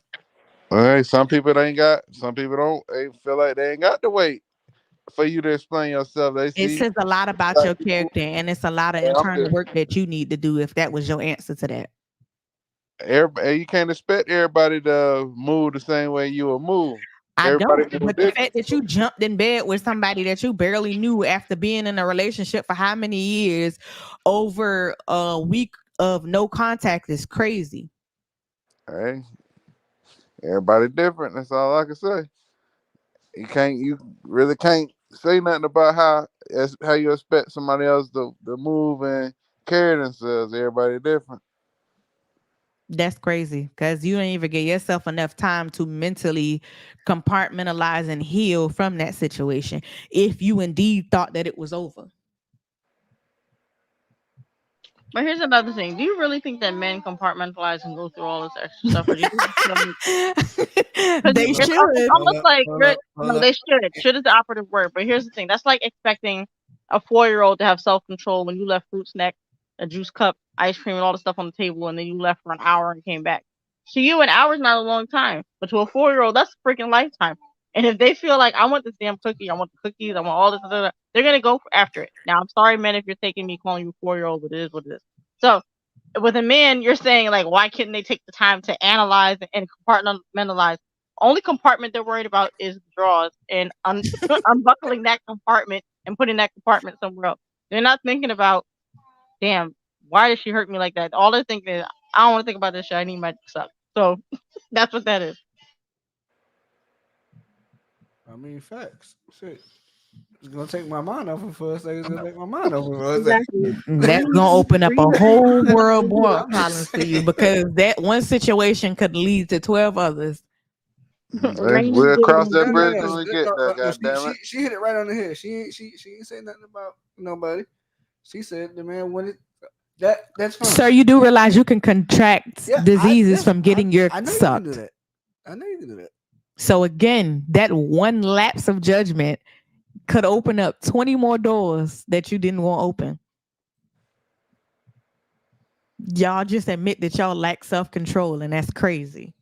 Oh please, because the female doesn't. I didn't say all of us. Okay. I didn't say all of y'all. I Okay. just said y'all I admitted that y'all reloaded. lack Hold the fuck up. I self-control. reloaded. I ain't admit nothing because you ain't hear me say nothing out my mouth. Rain, do you understand that I've learned as a case manager to like pick my battles with who I'm talking to and know my audience? So I have to realize, for instance, I have clients who are between a rock and a hard place, but yet they think they have options and they don't. So once I realize the second time I repeat myself, I realize who I'm talking to, and I tell them, you know what, you do what's best since you know everything, and I let them have it. And then when they fall on their face and they come back and use whatever, so I understand about the STDs, I understand about compartmentalizing because all of that is true, all of it. Everyone needs a chance to unpack what their previous relationship is, what might have went wrong, what role they played. Okay, everyone needs to do that. We're not going to dispute that that's what happened, but we need to know who we're talking to, and we need to realize that they're not there yet on that level. When that first happens to most men, they're just thinking for the moment, I don't like how I feel. I don't want to feel it, and I'm gonna do something so I don't have to feel it. I will deal with those feelings later any way I see fit, even if it's not healthy. But right now, I need my suck. So that's what they're gonna do, I and then don't they will know. deal with the repercussions. In some cases you are. I completely In some understand cases, what you're you are saying, but that you are is stupid absolutely as you shit. are But you keep trying to get them to see that they Oh, need I'm not help. trying to get them to see anything. I'm just saying You're it's not going stupid to as see it. shit. You're going to waste your breath and you run your blood pressure up trying to get people to understand. They don't want to. They want their suck. That's it. That's stupid as I mean, hell. but honestly speaking, I mean, I was younger and I tried it to my young and dumb days because I was like, like personally, I suffered heartbreak from. I mean, surprisingly, that wasn't my first impulse, but of course, fuck that bitch. What I mean, that was there, but like running it, running, although that would have been nice at the time, but that wasn't my first impulse, believe it or not. Yeah, I mean, to me, moving on too fast can be detrimental to you. Even if you trying to forget about that pain, you open yourself up to all kind of potential shit just for not sitting in the moment and dealing with what you feel. And like, especially if you set a long term, like, and like I know me and ran this conversation, then me and GC had this conversation. It's like when you with somebody long term for a long time, and let's just say shit hits the fan, shit don't work. Who really wants to go through the process of doing all this shit over again? And that's what I was saying about the situation. Like they were together for a while. So for me, a week of contact and you automatically took that as we over, let me go get my dick sucked speaks volumes. I agree that it's some BS to do that, but I also feel like we're talking to 4-year-olds in front of candy and cookies for an hour. So it's like I don't understand why you're confused. Why a 4-year-old didn't wait till you got back an hour later to eat the candy? I'm not. But then the joke's on you when you open that candy and that candy hot like fire or it's nasty. Or now your stomach hurt. Like the little girl who thought that she had chocolate, took it to school, distributed it to everybody, and took a piece. And then the teacher's calling all the parents because the whole classroom shitty. What was the dog X-Lax or something? No, she took the X-Lax candy bar and her mama told her she couldn't have it. And so when her mama asked her where did she get the chocolate that she gave out at school, she said, "Oh, I just took the candy that you was hiding in the drawer in the bathroom because you didn't want to share. So I took it and shared it with my friends." And the phone call probably would look something like this. Hey, it's me. Just calling. Make sure you're right. Call me back. Probably started off like that. I'm sure by like day 3 or day 4. So you can't answer this motherfucking phone, bitch. I'm sure like day 4. like I'm You with sure that other nigga? Let that nigga take care of you then. Let that nigga make you feel how I make you feel. 2 hours later. That nigga can't fuck you like I can. That nigga don't make you holler. He can't pick you up and bounce you around the room.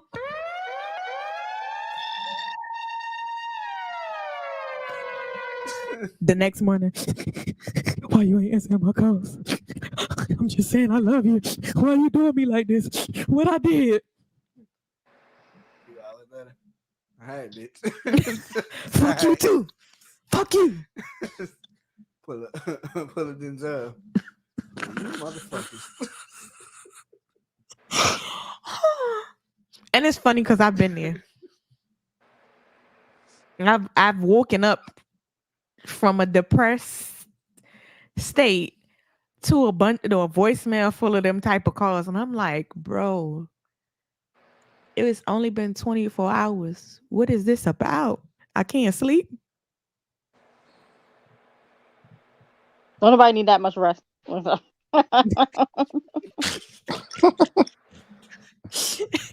that's basically, I promise that I'm glad you said that because that's basically what he said in his response. Because if you listen to her whole song, she says, I miss my parents. I miss this and that and the third. I'm going through it. The public hate me. This pussy depressed. I'm about to stress him out. This pussy depressed. I'm about to stress him out.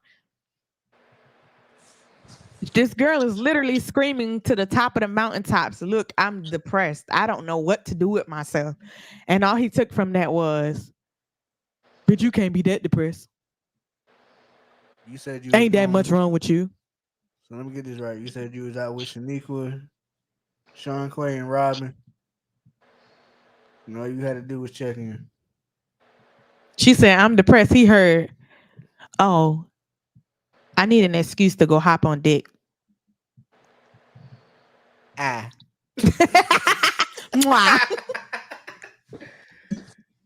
Oh man. I just be like every day. I be like, ooh, I'm gonna stick with my person because this dating pool got piss, shit, fart, all kind of waste in it. Hold on. Didn't Cassie say that? Or am I getting it mixed up? Who made stick with you forever? That's the Pussycat Dolls. Okay. Okay, I'm getting it mixed up. My fault. Cause baby, the bar is beyond hell. So I have a question for you since you're a homeowner. Angel Rain sent this to me, but I was supposed to talk this on. I know I'm just name dropping. I'm sure everybody knows who we are by now. Well, they know the A stands for Angel. So I gotta find it again. But we were supposed to talk about this on the on the other show. I'm gonna say, if you were single and you still bought a house, do you think you would be undateable? Oh, I know exactly what you're talking about. Let me give him this Be spiel. undateable if I owned my own house and wasn't married. They said the post says a woman who owns her own house is undateable. Yeah, it says once a woman buys her house, it's over. She's undateable. We already know who wrote this. we some Give the I rest of can't the even get the background. word out. Basically, some kitten wrote that. Give the rest of the background. So this is what it says. It says, question of the day, followers, is there truth to this? He is right, 100%. I remember I was interested in dating this finance woman, and when she told me she was focused on buying a house, I felt bad. Why? Because the game is over. A woman buying a house is admitting that you failed at dating or have zero faith in men. You were buying a house. The only thing a man can do now is offer you companionship.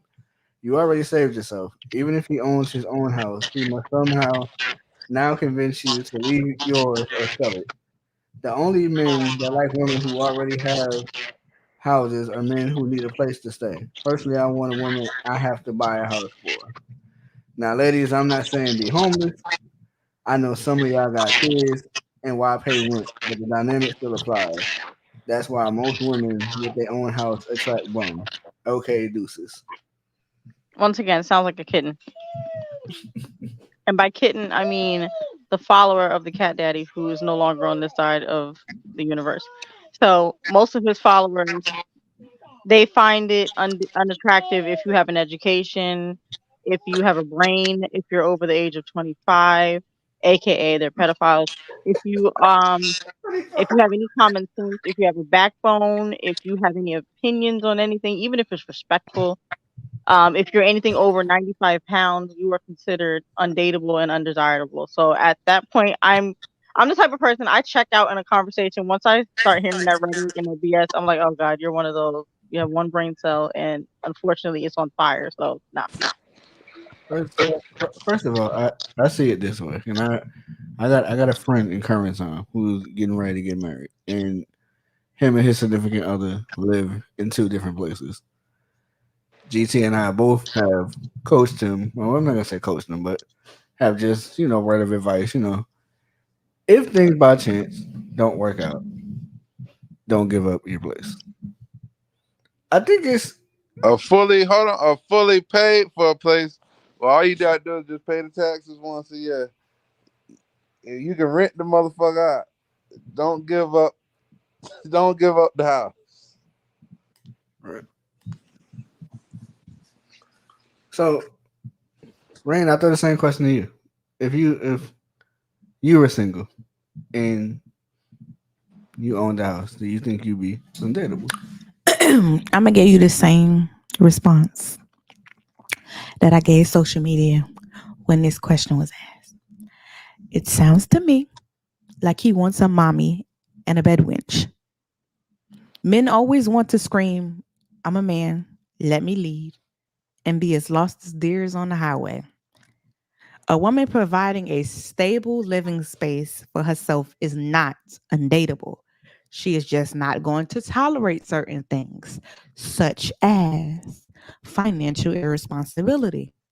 A man who thinks like this simply wants to be able to control or has a superiority complex. I can need and desire a man for many other reasons after providing a home for myself. If he was a man of substance and intellect, he would make me feel vulnerable enough to purchase a home together and use my solo home as a rental property for equity. We speaking generational wealth, not temporary come ups. So is it? And let's also address the fact that renting is for the birds. And the reason I say renting is for the birds is not an elitist statement as a homeowner. What it is let me back into my reason for purchasing my home was the fact that I needed a bigger place and I'm literally going to be paying more for my rent than I would for my mortgage. And that is not a lot. So with the two children that I had, a two-bedroom where we are, a decent. I'm not talking about in the middle of the hood where my last building where there was literally shootouts across the hall, like 5 feet from my door, where my apartment got raided twice. No, I'm not talking about that type of hood apartment. I'm talking about a decent, livable apartment, not even in a 5-star neighborhood, like a 3.5-star neighborhood, is gonna cost you minimum for a two-bedroom, one-bedroom studios. Let's start with studios. Studios, and I know this for a fact because I do this as a case manager. Studios are 1,700. A one-bedroom is about 1,900. A decent two-bedroom is 22 or 23. My mortgage for my five-bedroom house, finished attic, finished basement, driveway, yard, two-car garage is only 2,300. So I pay 100 more for my house than I would be paying for my two-bedroom apartment for my children. And once I started realizing that the math ain't mathing when it comes to renting, that's why I bought my house. It wasn't to be better than the next person. It wasn't to show off that I'm a homeowner. It wasn't to prove my haters wrong that look what I it wasn't about that. It was about the fact that I'm literally paying someone else's mortgage, putting money in someone else's pocket when I could be taking that same money and investing it in myself. And to be honest, I've had a dream of being a homeowner since the age of about 25. Now I'm pushing 40 right now. And around the age of 25, I wanted to own my house. It's just that the stars never allowed it at that time, and it is what it is. But had I purchased my home, which my niece who's 22 is actually working on purchasing her home, when she purchases her home, I'm gonna be so freaking excited for her. And it's not about being able to say that she got a one up on a man or her friends or anybody. It's the fact that home ownership is probably the best option in this economy. Because let's keep it real, things are not going down; they're going up, which means that rent where she's at, she's in Pennsylvania. Even in PA, I remember a while ago, PA used to be cheap to live. It's not anymore. PA Nope. is starting to look just like New York right now. Yep. So her rent, where she's, well, I'm saying her rent, even though she lives with her parents, their rent is about $2,000. I would never thought they paid $2,000 in PA, but that's what they're paying. That's Yep. doing their New York prices. So Yeah. at this point, if she wants to get her own place, she's gonna be paying close to a New York price, maybe 13, 1400 for a one bedroom. Just And let five, me 6 years just ago, it was 800. piggyback off of that. Another thing that should make y'all want to be homeowners versus renting is this. My mother-in-law, before she became ill, was living in a place, paying her rent on time, in full. And guess what? Out of all that money, a year worth of money that she had given to the landlord, not one time was he paying his mortgage on his building, to the point that the building got foreclosed on. And the people that bought the building automatically just kicked them out. Yep, that's what happened to me. I was living in one apartment. I told why I in earlier when I saw the Chuck, I was mentioning that started part of the story, and I didn't even get to talk much because we each got a moment to speak, and we didn't want to like prolong it. But my story is so much longer than what I said, but I tried to condense it in a couple minutes. One of the reasons I had to leave that apartment, even though it was nice, I was only there for 9 months. Same reason, landlord was not paying the mortgage, and I had to leave because it went into foreclosure. It was already in the process of foreclosure, and I guess they were trying to rent it out to save it. But then the money I was giving them, they were pocketing it instead of giving it to the mortgage company. And I then one kid you day, not. like 2 months before I had to be out, the mortgage guy comes there with a court notice saying, "Listen, y'all got 60. Oh no, he said 90 days. You got 90 days to vacate. But if you leave before the 90 days, we will actually pay you to leave." He gave me a check for like 6,000, and we had to leave within 60 days. And I had to scramble Yep. to find a place. The only place I could find was a one bedroom apartment, and all four of us and a cat had to go move from a two bedroom apartment to what you call it, to a one bedroom apartment because that's all we could afford. And that one bedroom was the same price, and it just didn't make any sense. And I was just like, I can't At do this. all. I can't The do it. people that live across the street from us, they've been living in that building, I think she said 3 years. It's their whole family. It's different members in each apartment, but their whole family lived there. They've been living there about 3 years. And maybe it's been about a month now. Maybe 30 days ago, they wasn't even there. All of them is at work. And I see a guy posting a for sale sign. So now somewhere that they've been comfortably living for 3 years, their entire family now A has to figure out how they can buy the building, or B get out before a new owner comes around. And that goes back to what I'm saying. Is like, how dare you, with one brain cell, try to tell me that I'm wrong for finding security? What are you talking about? So basically, That's that's like telling you me that you want somebody to be dependent on you, so that when you want to dangle the carrot over my head, you can use that as leverage to try to control me. You can go to that's the like the hottest, people that you love can to go to the holler hottest about, part of hell. Goodbye. oh, if you got Section 8, don't ever give up your Section 8 voucher. I said, why? If I get in a position to and my finances are well to purchase a house, you bet your ass I'm gonna give up a voucher. Because why the fuck would I want to continue to live off the government? Not to say it like that. Oh, because you guaranteed a place. No, I'm not. I'm guaranteed a place if I own my home. At any time, for any reason, they could decide to kick me off of that voucher, whether it be for loss of funding or they say I violated somehow. At the end of the day, let's keep it funky. I got way too many kids to be living from piss to post at this point. We getting a love shack, baby. We talking about love shack. I need something that's mine. I just told you we getting a love shack. Something that can't nobody get up and be like, oh, you gotta get out. So GT, I wanna impose the question to you. I mean, we all know you're a dickhead anyway. Um, if you owned the house, do you think you'd be undateable? It didn't apply to men. Well, I'm applying it to men also. And I'm already undateable. Shit, without a house. Shit. Oh man, I'm not even gonna ask why. I don't even think I want to know. All right, well then I could play devil's advocate on that statement. Do I feel like a man who owns his own home is undateable? For the most part, no. As I said, for the most part, but there are some situations where absolutely, and that stems from, like I said, a superiority complex. You have to feel like the head honcho, the man on top. At this point, you feel like I'm beneath you because you have a home, or it's your way and what you said. The minute we disagree, oh bitch, you could get out. This my house. That's something Silky could say. Chuck, the Heard one, you. two, I heard deuces. Silky all over that. One, two, deuces. That's crazy. I do feel like if two single people meet and somebody owns property, I do feel like just for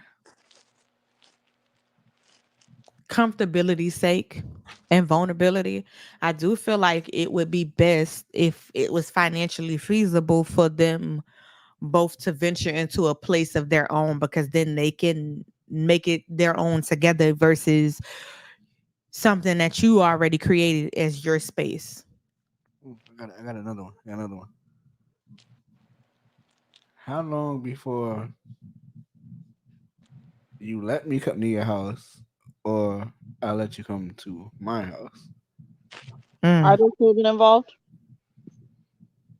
Um, hmm, that's a good question. So I'll answer it with and without children. Okay.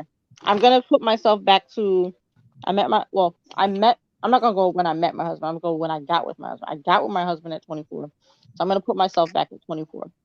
Now I already knew my husband about a year or two before I got with him. But let's say even with that year or two before, he had never been to my house. I mean, I wasn't interested in him because I had a boyfriend. But like, all right, let me just put myself in single Ooh.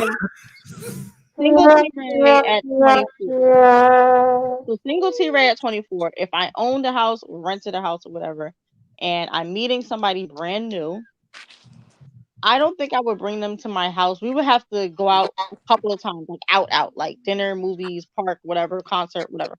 We would have to do that for a while. I would have to spend several hours chilling with you before I feel comfortable bringing you in my home. Um, that's because number one, I have been followed home before. Well, not followed home. I'm not stupid enough to bring nobody to my house. I diverted them and took them somewhere else. But anyway, I have been followed before more than once, and because that traumatized the hell out of me, I am just very funny Wait, about that. you And then the had a things Myron. Hold on, wait, sorry. You had a Myron on your hand. I got a Somebody what? else. You had a Myron on your hands. Somebody always making sure that you got home safe. I don't know who Myron. I don't get the Myron part. Players Club. Players Players Club. Club. Oh, I get it. You No, know that before, haven't you? one time it was somebody trying to follow me from the two train. And another time I was walking with my friend from a housewarming, and this dude was trying to talk to us at the store. And I'm a polite person. You holler at me respectfully, then I will be respectful back. Good evening. How are you? I'm good. How are you? Okay, God bless you. And they keep it moving. And that's what I did. I gave him one of those. I wasn't rude. I was like, boy, I ain't got time. No, none of that. It was just, oh yeah, I'm good. How are you? Okay. And I guess I was too friendly. And I guess he thought we were friends at that. So he wanted to walk with us. And I was like, okay, well, we're gonna leave. He's like, okay. So he stopped, light his cigarette, and I'm like, all right, thank God, shut the hell up. So we start walking. This dude starts walking too. And I'm like, what is going on? We cross the street, he crossed the street. I stop, he stops. I'm like, yo, this is really happening right now. So mind you, my bestie at the time, she turned full white girl, hyperventilating. I was like, if you don't get it together, I am not dying with you. You are gonna die by yourself because I am going to leave you. We're not doing this. So we were like 2 blocks away from my house. Oh my god, I just want to go home. She was living at the time. I just want to go home. I was like, we're not going home. She's like, what do you mean we're not going home? I was like, I'm not leading him to my house. Like he's following us. Like, what are you talking about? So what are we gonna do? There was a grocery store. I won't say the name because if I say the name, you're gonna automatically know where it was. So grocery store is right a block away from where I was at. Let's go to the store. So she's like, okay, go in the store. Nice bright lights. They were open, not 24/7, but damn near 24/7. Went into the store. She's like, "Oh my god, he's in the store." I was like, "Girl, it doesn't matter. We're gonna grab something, get in line, and then we're gonna just, hang around. There's security here." So he gets in line. He grabs one little thing. We grab a couple things. He stands there, and I purposely wait until somebody's behind us. I mean, behind him and behind us. And what I do is I say, "Oh snap! I left my wallet." I say it quietly because I don't want him to think I'm leaving. So me and her, we dip. And then mind you, he's stuck between people at this point. So he's actually in the aisle. Like and he's a big dude. He's kind of hard for me to get around. So by the time he pays for his item and comes out, he's now looking for us. We're on the side of the building. I'm watching this man look around for us. And I made her take her shoes off. Mind you, this is New York. And it's glass everywhere, possibly rat poop and everything. I didn't care. I was like, take your shoes off. What are you talking about? Take your shoes off. So she took her shoes off, put them in our hands. I said, we're gonna run across the street. My building was right there. Thankfully, we made it across the street and ran. Because I want to take our shoes off because for one, we had on heels, and then for two, I don't want him to hear us click clack and running. So I want him to hear nothing. So we were able to run barefoot to my building, feet all cut up and everything when we got to the apartment because of course it's dirty as hell out there.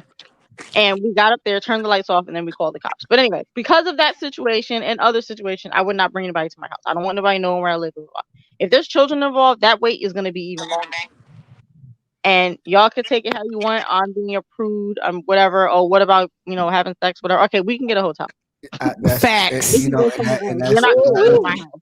and that was gonna be that was gonna be my next question because I was gonna say, well, I guess in the moment of that moment, We then can I do it guess in the car. We can go to a hotel. Like there's so many different ways that we can work this out. You do not have to come to my house. I just want to see what it looks like on the inside. Nope. And I further am happy that I operated the way that I operated coming up when I bringing people home and not going to people's houses either because there was just the girls telling a story about how she ended up liking a boy and they were teenagers. They were 16 years old. She ended up liking a boy and he liked her and she said it was more of coercion because she liked him, he liked her, he would come over, spend holidays with her and everything, to the point where he was like, you know what, after the last holiday they spent together, he was like, I really like you and I want to take you home to meet my parents. So she's like, okay, cool. She goes with him. I guess they take public transportation or whatever. She goes with him and he's like, "Oh snap, I forgot my key. Can I use your phone to call my dad to tell him to come and open the door?" And she's like, "Yeah," not thinking nothing of it. This is her boyfriend. They've been together for almost a year now. And so I guess the boy dad come and open the door or whatever, and she's like, I have to use the bathroom. She didn't answer. I guess she didn't ask for her phone back at the time or whatever. She's like, oh, I have to use the bathroom. He lets her go and use the bathroom. She said when she went to come out, the man drug her into a closet and locked her into a closet. She lived in the closet for 3 days, but was held captive. I think she said 4 or 5 years by this boy's father. And she ended up having children out of this situation. Her first two children were by this boy's father. She was telling the truth. No, yeah, she was telling the truth. Because after that other girl, I forgot her damn name. No, this wasn't recent. She's recently telling her story, but this actually happened to her. She's like 25 now. Oh yeah, because she said 3 days and being held captive, and then remember this one was Not a Carly Hustle story. Yeah. Hold on, Carly Smollett. Hold on. Wait a minute now. No, this is not her, and that's just like. It just goes to show, even when you think you know somebody, you don't really freaking know them because you set me up for your dad. You set this whole play up knowing that your dad was going to kidnap me. Which leads me to believe that she can't be the first person. How did y'all I don't understand. Me either. Sounds like that movie. What was that? Grace? A Fall from Grace? A Fall from Grace, yeah.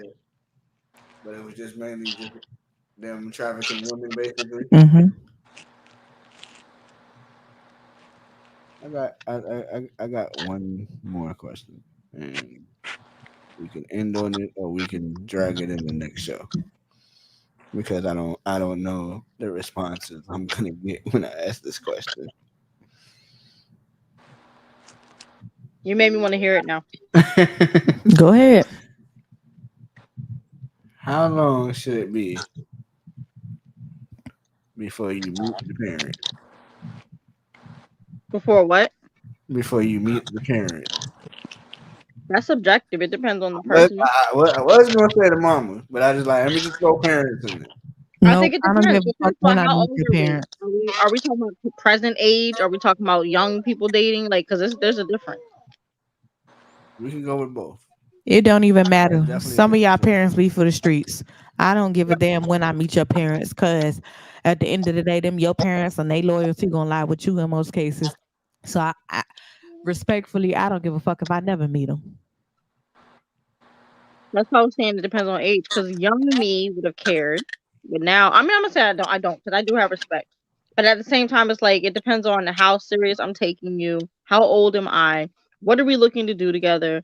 And then, what if you already told me about your parents? Because if you already told me y'all don't really have a good relationship, blah, blah, then it doesn't matter. I don't ever have to meet them. But if you're telling me that your parents are vital in your life and they're important to you and y'all have a close relationship, then yeah, I would like to meet them, because if I'm supposed to be building something with you and you're saying they're as important to you as you say they are, then that's important to me as I'm trying to be a part of your life, that I should get to know them. And I'm not saying they got to be right away, but if it's a good type of relationship you have with them and I want to meet them, I would say a couple months, maybe past the 90-day mark, maybe. Just be like, all right.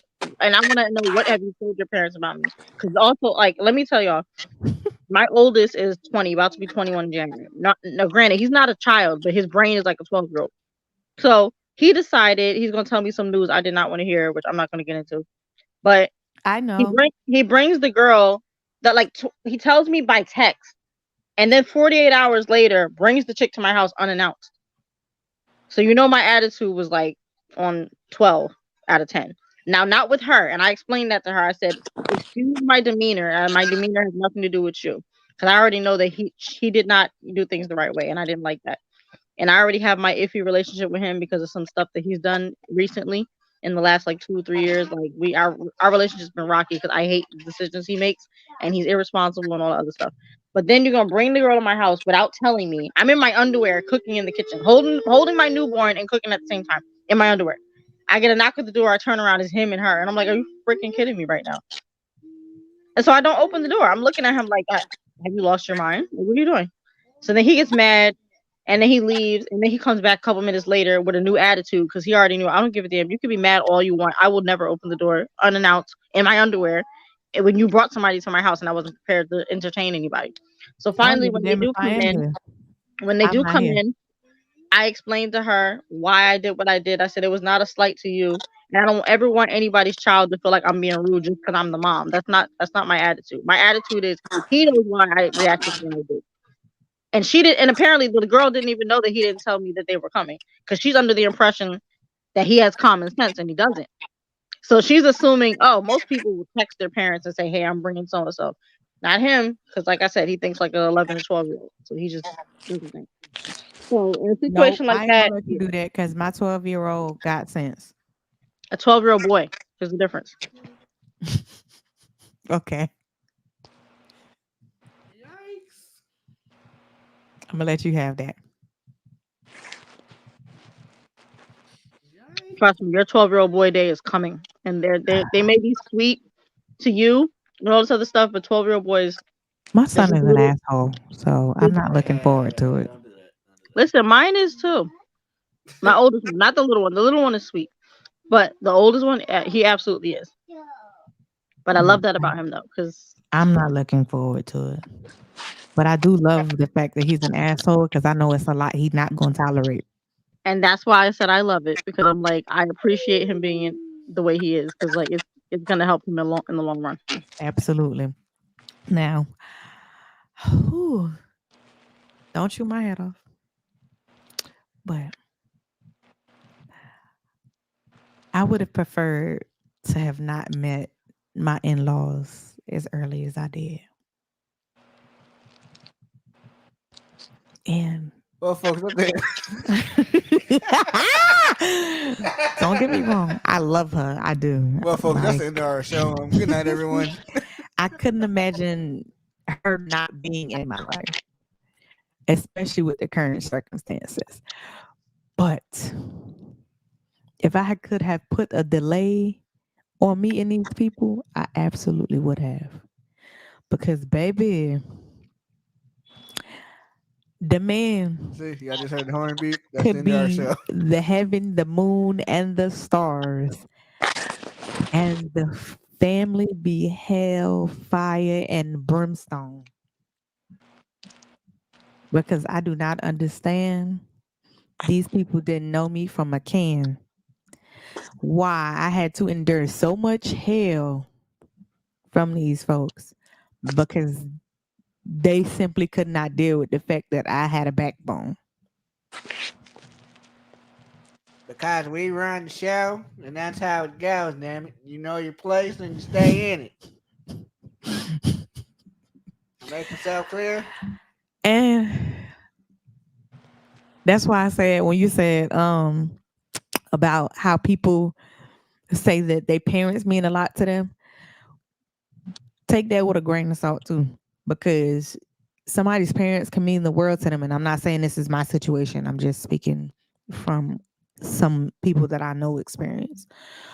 Um, their parents can mean the world to them, and their parents or family can still be detrimental as hell. And they not even realize that they come from a toxic cycle and background. But the other part of that is the partner has to have a backbone with their family too. Because I've also encountered situations. I'm trying to think. Okay, you ever do any of you ever watch TLC and Yeah, any of like the relationship shows? Like I'm not into any of those 90 day da da da. But there's one that I'm kind of invested in. It's called The Family Chantel. I've heard On of that it. show, okay, it's this black girl. She's light skinned black girl. She met this Dominican dude, and they got married. They dated for a couple seasons, and then they finally got married. She brought him from DR to here, and it's pretty obvious that he used her for a green card. Because basically, once he got here and found his own circle of friends, it was like f you, and he just started doing his own thing. And once he got the process of his citizenship together, it was like I don't need you anymore, and he started treating her differently and blah blah blah. Her family saw right through it from jump. You could tell his family the same way. His family went from dirty in the DR, and I'm not saying because they're Dominican, but like they lived in the poorest part. You can tell they came from nothing. All of a sudden, Mhm. now their weaves look nice, their hair look nice, the nails is done, makeup's on point, all that. The mom's weave still looks bad, but the point is, they look a lot better than they did when they first started dating, and it's because of the black girl that married him, and you know she ben- they benefited from her family, and her family doesn't come from nothing. Her family already had a little bit of money. I'm not saying they're rich, but they were okay to do. Their Right. both her parents made about six figures, and they brought her up well. She had a couple licenses, and she had her own money. So he benefited off of everything that this girl and her family did. So what happened was, as I'm watching the show, I'm noticing that even though her family are victims of him scamming them to a degree, she's also wrong because I feel like the demise of their relationship and as ugly as it got is because both of them were mamas boys and mama's girls or whatever. Basically, they told their parents every little piece of their relationship. They had their parents involved in every little piece, and it wasn't just him; it was her too. You could tell that she like, cause mind you, they got married when she was about 30, which means she still lived at home until 30. Which I'm not judging people who do that. You do you. What I'm saying is, when she lived with them, she still acted like a 9 year old that told their parents what happened in class with Jimmy. Like I that's how she acted with her mean, parents. it also for me that depends on the type of parents that you have, and you have to learn the type of parents that you have in hindsight too, because sometimes the relationship that you have with your parents is not what you think it is. And some parents, it's weird. Sometimes they don't like that you found somebody that compliments you, or they feel like, oh, this person is not a match for you despite whatever. There's a lot of weird Parents like situations that, like no that. one's gonna be a good match. That they can handpick them themselves, but don't like them too much. So like some parents are like that. They don't want you to find Right. any. But in a sense of, and I think it took us a while to where we got to that point where we just decided I'm just not going to disclose at all, because you have some parents that I've told you off rip. that I'm not calling for advice or I'm not here for advice or any of that. I'm just, venting. I don't need any action or any input from you. And this situation could be old. This shit could have happened 6 months ago. And now I'm just telling you about it because, it came up. I just wanted to vent about it because I still felt a little ways. But this is it. I'm over it. This is the dead match of it. And here comes they don't mention it to your significant other. Where the problem comes in is when both sets of parents are together. Now it's a comparison contrast match, or did your son tell you? Did your daughter tell you? And it's like, what the hell are you doing? I shared that with you in confidence, and I said I didn't want to hear it back. Why would you go to them of all people? Now it's well, my daughter wouldn't have this if it wasn't for, or your son wouldn't have this if it wasn't for, or they wouldn't be going through this if they hadn't got with, and it just makes it terrible because who asked you this? And then I'll tell you about a guy named These. Who told you that was okay to say? Even if in a different light that is true, I'm not counting what I've done for my spouse to put them in a better position, and nor are they counting what they've done for me to put me in a better position. We've done that for each other out of love to elevate each other and elevate our relationship. Why are you making it a competition? Why the fuck you lying? Really? Why you always lying? Oh my god. Stop fucking lying. I couldn't resist. I'm sorry. Like, I don't get it. I think with what I'm seeing is I'm not seeing like the parents go back and forth. Oh, my child, your child, your child. But what I'm seeing is when you get your parents too involved in your relationship, which I have a family member who's going through this now, and I can't discuss it because once again, I don't know who's listening, but mm-hmm. Anywho, the girl's parents are really involved. Well, one of the parents is super involved in the relationship, like always taking advice from the parent. Mind you, this parent doesn't have a successful relationship to speak on. Why the hell are you taking advice? But and anyway, I'm gonna get to that too. that mother, the mother of the girl, has so much to say and has so much influence, and that's the sad part, has so much influence on this girl that she reacts based on the dumb stuff that her mother says. And so people swear just because somebody's older that they have maturity and wisdom. That is a lie. Not. There absolutely are older people. Age don't mean you wise. Exactly. You just spend more time being a bum, and it's just whatever. So anyway, unfortunately, the guy is a sucker for love, and I'm so angry and disappointed by it because it's like, why are you letting this girl treat you like this? Because you are not ugly, you are not lazy, you got a good job, you have a lot going for yourself, and you keep settling for this chick all because you have a child. Just be a freaking father. In fact, get your damn child and take your child away from this girl because she is not a good influence. But anyway. The point is, the family on one side is super freaking involved, and she tells them every little thing. Like, let's say he forgets to close the freaking microwave door. She got to tell her mother every little thing, and to the point where the mother will bring it up and be like, "Oh, yeah, because he's the type that he don't even such and such." How does she know this, and why does she know your business? And I feel like not even just parents, friends, whoever. It's okay to go to your friends in confidence about certain things. It's okay to discuss. Like I've shared things with Rain that I haven't shared with other people, and I've said, you know what? I got to get this off my chest. Like there was something I shared with her like a year and a half ago or whatever, and it really, really hurt me, and it was bothering me for a long time, and I kept it bottled up, and I just said it. And it's not something I just told everybody, but it's okay to do that sometimes. But I don't call her for every little thing. Oh my God, he pissed me off today. You call Rain and tell her, like, that's stupid. First of all, how old are we? Are we in high school? Are we like 14 and this is our 8th grade boyfriend and we're just complaining about the fact that when on my way to study hall, he looked at, some girl. Like, it's just stupid. It's like, stop. Like, learn to keep your business. And unless it's something that you literally need to get off your chest for mental health reasons, that's a different story. But every little nitpicky, stupid thing going on in your relationship does not need to be shared. And they always tell you too, be careful who you venting to. Because a listening ear can become a dick to ride on. And Um, half of the people you're telling are happy you have those problems because they're haters anyway. or Always they here. want to backdoor you. I'm always here if you need a shoulder to cry on. I'm always here. Like, don't get me wrong, you got genuine people that really care about you, but and sometimes that could be your ex, but a lot of people that you think are listening because they care, no, they listening for an opportunity or to laugh at you or to throw something in your face. I promise you. And that's another thing. You also have to remember when you're in a relationship, your friends and family don't forget anything you say.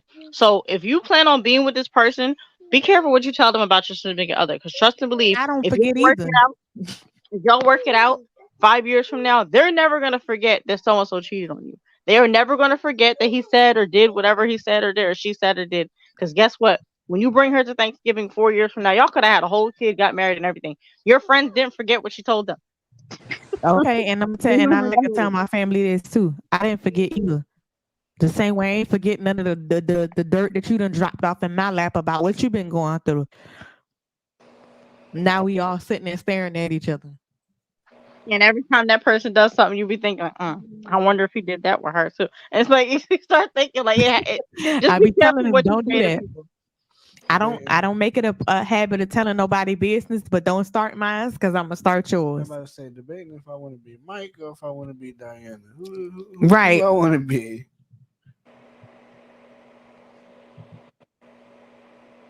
Don't Who do I want to don't be at do this it. family gathering? You know, it just makes you want to have a family reunion just to see something interesting. Mm-mm. Ain't that your Leave fourth? me out of it. You know what? Thanksgiving, like I said in the beginning of the show, Thanksgiving's right around the corner. Ain't that your fourth plate? Ain't that your fourth man? You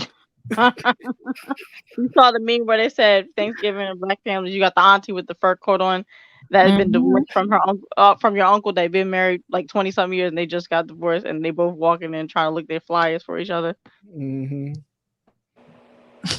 Probably ducking off somewhere together. No, leave me out of that type of family dysfunction because I always end up at the center of it and then everybody mad at me because I'm the one that's not gonna hold their tongue. Don't come for me. If I didn't send for you, don't come for me because if y'all going low, I'm going to hell. Now everybody mad. Like when somebody asks you how you feel, and then you give 30 minutes of your piece. Now everybody's at the table crying. Right. You asked, so I just don't understand. and you walk in like, how's everybody doing? Well, since you asked, how I'm doing is I'm annoyed Oh, I because think everybody got their one family member. No, we didn't ask because we don't want to know your sad, sob ass story. We asked because how are you doing on the surface? I don't want to know your life story every time I come in contact with you. what you up to? Well, I just think it's funny that Lord. Now I'm outside with the smoking cousins. And then you have the one that starts crying at every occasion and then drunk too much. I just want to tell y'all I love y'all so much. I can't ask for a better family. Oh my God. Would you somebody take the drink from this hole? Sit her down. POP, hold it down.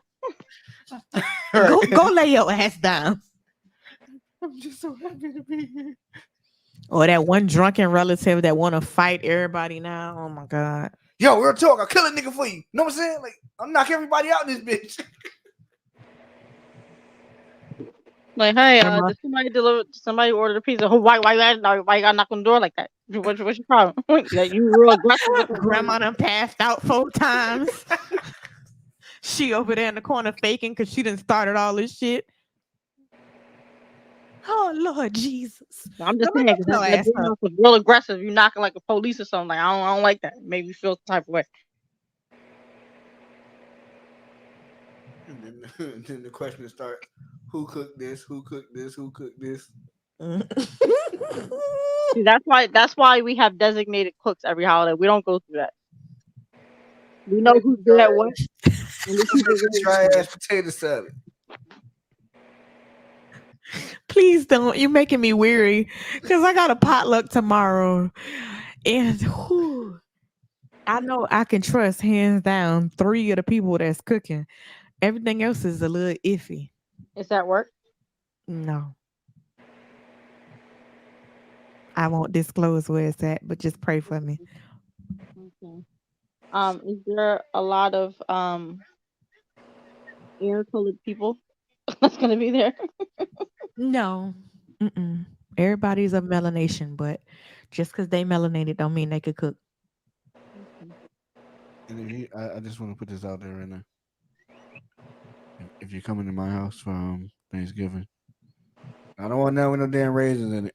Don't bring nothing but I just want to put yourself. that out there for the record right now. And if you know you can't cook, matter of fact, just cook up some paper plates, some cups, some water,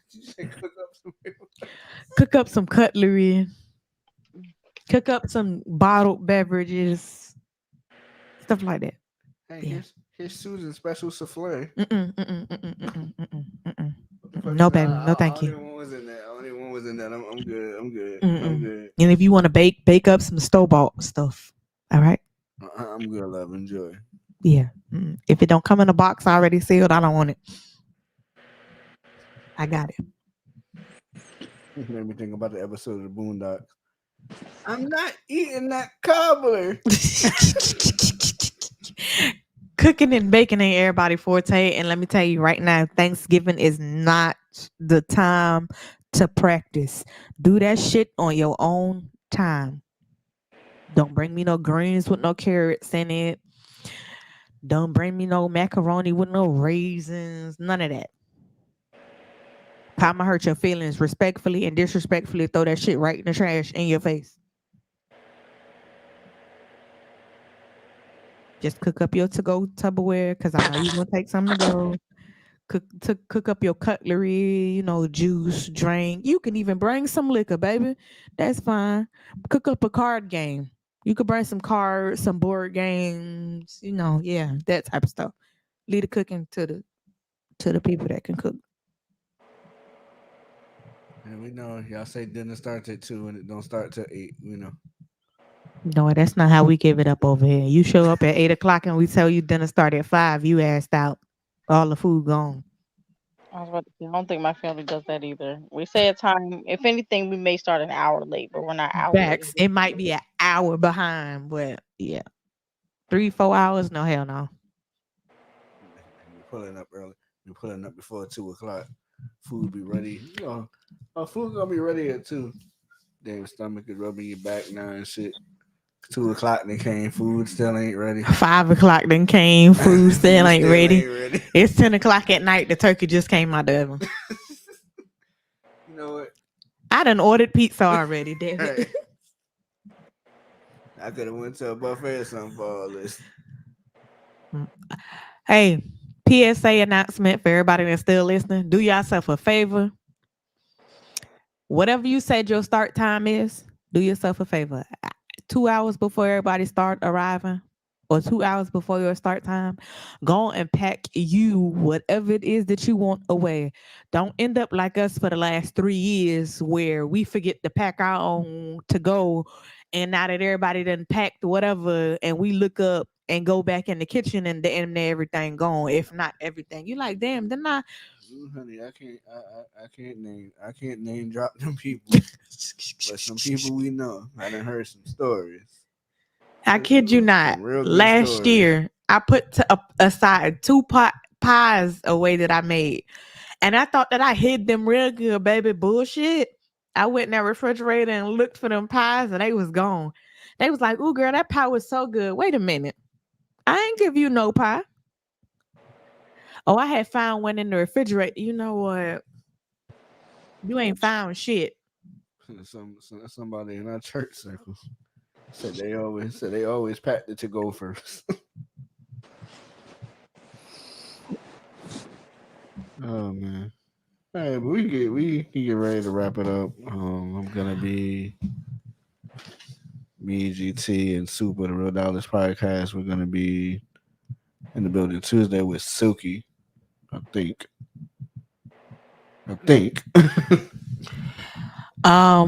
And just to drop it out there, Teray, myself, and I'm looking for maybe 3 other females. Oh, you did this 1 or 2. We gonna I said what I said. Mind your business. Mind your show. See, always trying to outnumber us. Putting together a ladies panel. Coming to you very soon. I can't guarantee that it's going to pull off this year, but definitely the top of next year it will be officiated. And I know y'all heard me say that before, but no, for real, for real. This year coming the top of the year. I want to say February the latest, we will launch the all female panel. And then we'll be Will this be a hopefully. regular thing or a one time? You just want to do It'll something? be a regular thing. Yeah, because we're working on. So, I mean, the game plan is to try to get a male panel, a female panel, and then take the home show and tie both panels together on some of the home shows. But of course, we're still gonna keep doing our thing on the home show. We're gonna keep the home show. We're gonna have what is it, the Real Dollars show? The Real Dollars podcast. The Real Dollars podcast. We're gonna have that took the over. female panel, and every now and again we'll probably do a battle of the sexes. And Silky may be back in the new year on our network, or he may not be. I don't know. Because he's in and out with us on the Real Dollars podcast. We haven't really like made him official on it. The show ain't even been official. Shut up. So we haven't really made the show official yet either. So, but we've been working. Don't be ahead. So, if there's any shout outs you guys can give them.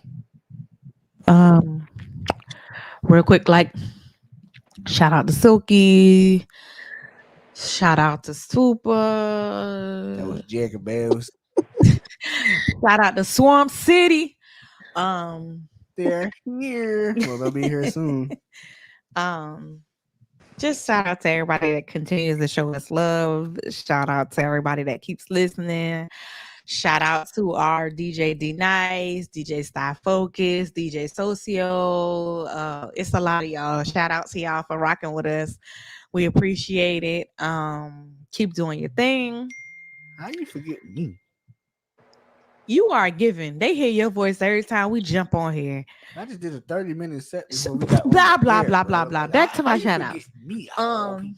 Yeah, so just keep supporting us. And as you know, we support y'all back. Tell somebody, and keep us in mind. It's your girl A Rain, T Ray, I love you. GT, I love you. Silky, what up? Everybody, what up? I'm out. It's been a pleasure. That's me. Sorry. Kiss it. Good night, motherfucker. Any other shout outs? Wait, everybody done left. So GT didn't leave. GT, you got any shout outs? Shout out to all the listeners. Thank you for joining us live. Until next time, and I'll let you close it out. Man, let me close out. You know who the boss is. Nah, but as I was saying, we're working on getting new shows on the platform. I've been saying that for a long time. Shout out to all the DJs of Real Life Spill ENT Radio, myself included. I'm trying to hopefully make a comeback also on the DJing tip within the new year. Just trying to figure a lot of things out. Shout out to everybody that listens to all the shows. Everybody that supports us. Tell a friend, bring a friend. And, until next time, that's it. Real Life Spill Show.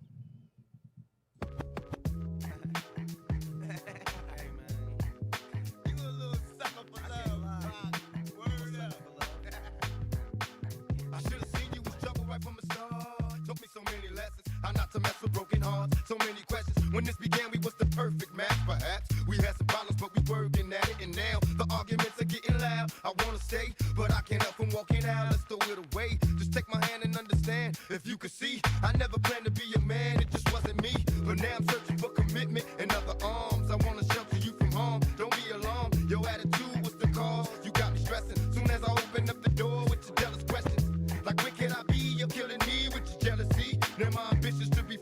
ain't breathe. Cause soon as I leave, it's like a trap. I hear you calling me to come back. I'm a sucker for love.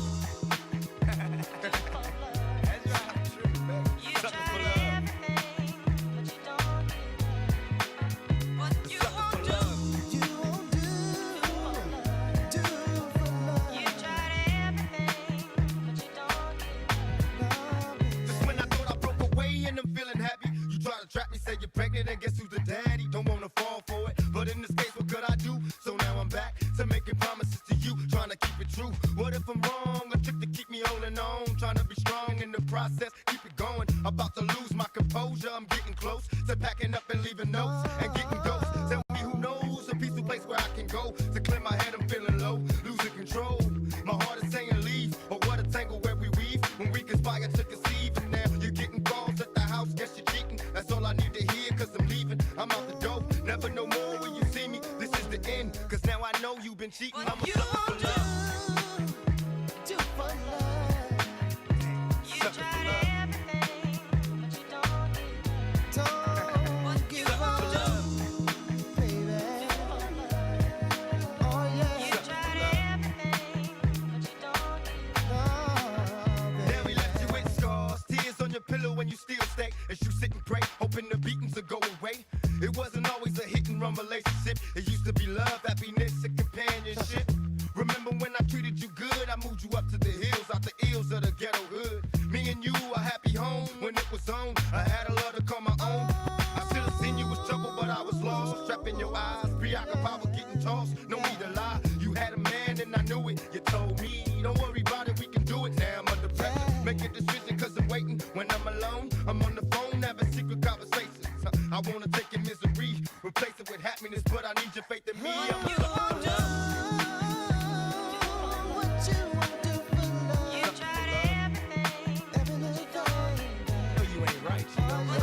for love.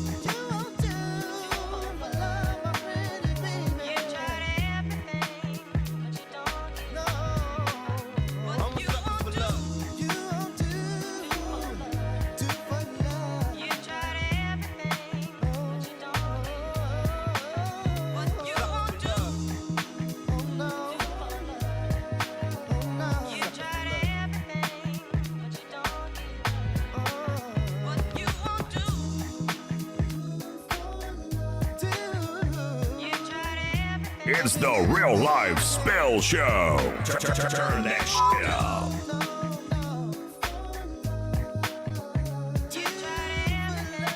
Kicking off your Wednesdays, Fridays, and Sundays, 8 p.m. to 10 p.m. It's the Real Life Spell Show, the station that gives real, raw, and uncut talk and music. It all goes down right here on Real Life Spill ENT Radio. You are now locked into the Real Life Spell Show. Chuck C, A-Rain, DeRay, and GT, right here on Real Life Spill ENT Radio. Let's go! The station that keeps it rocking 24/7. Ladies and gentlemen, Real Life Spill ENT Radio.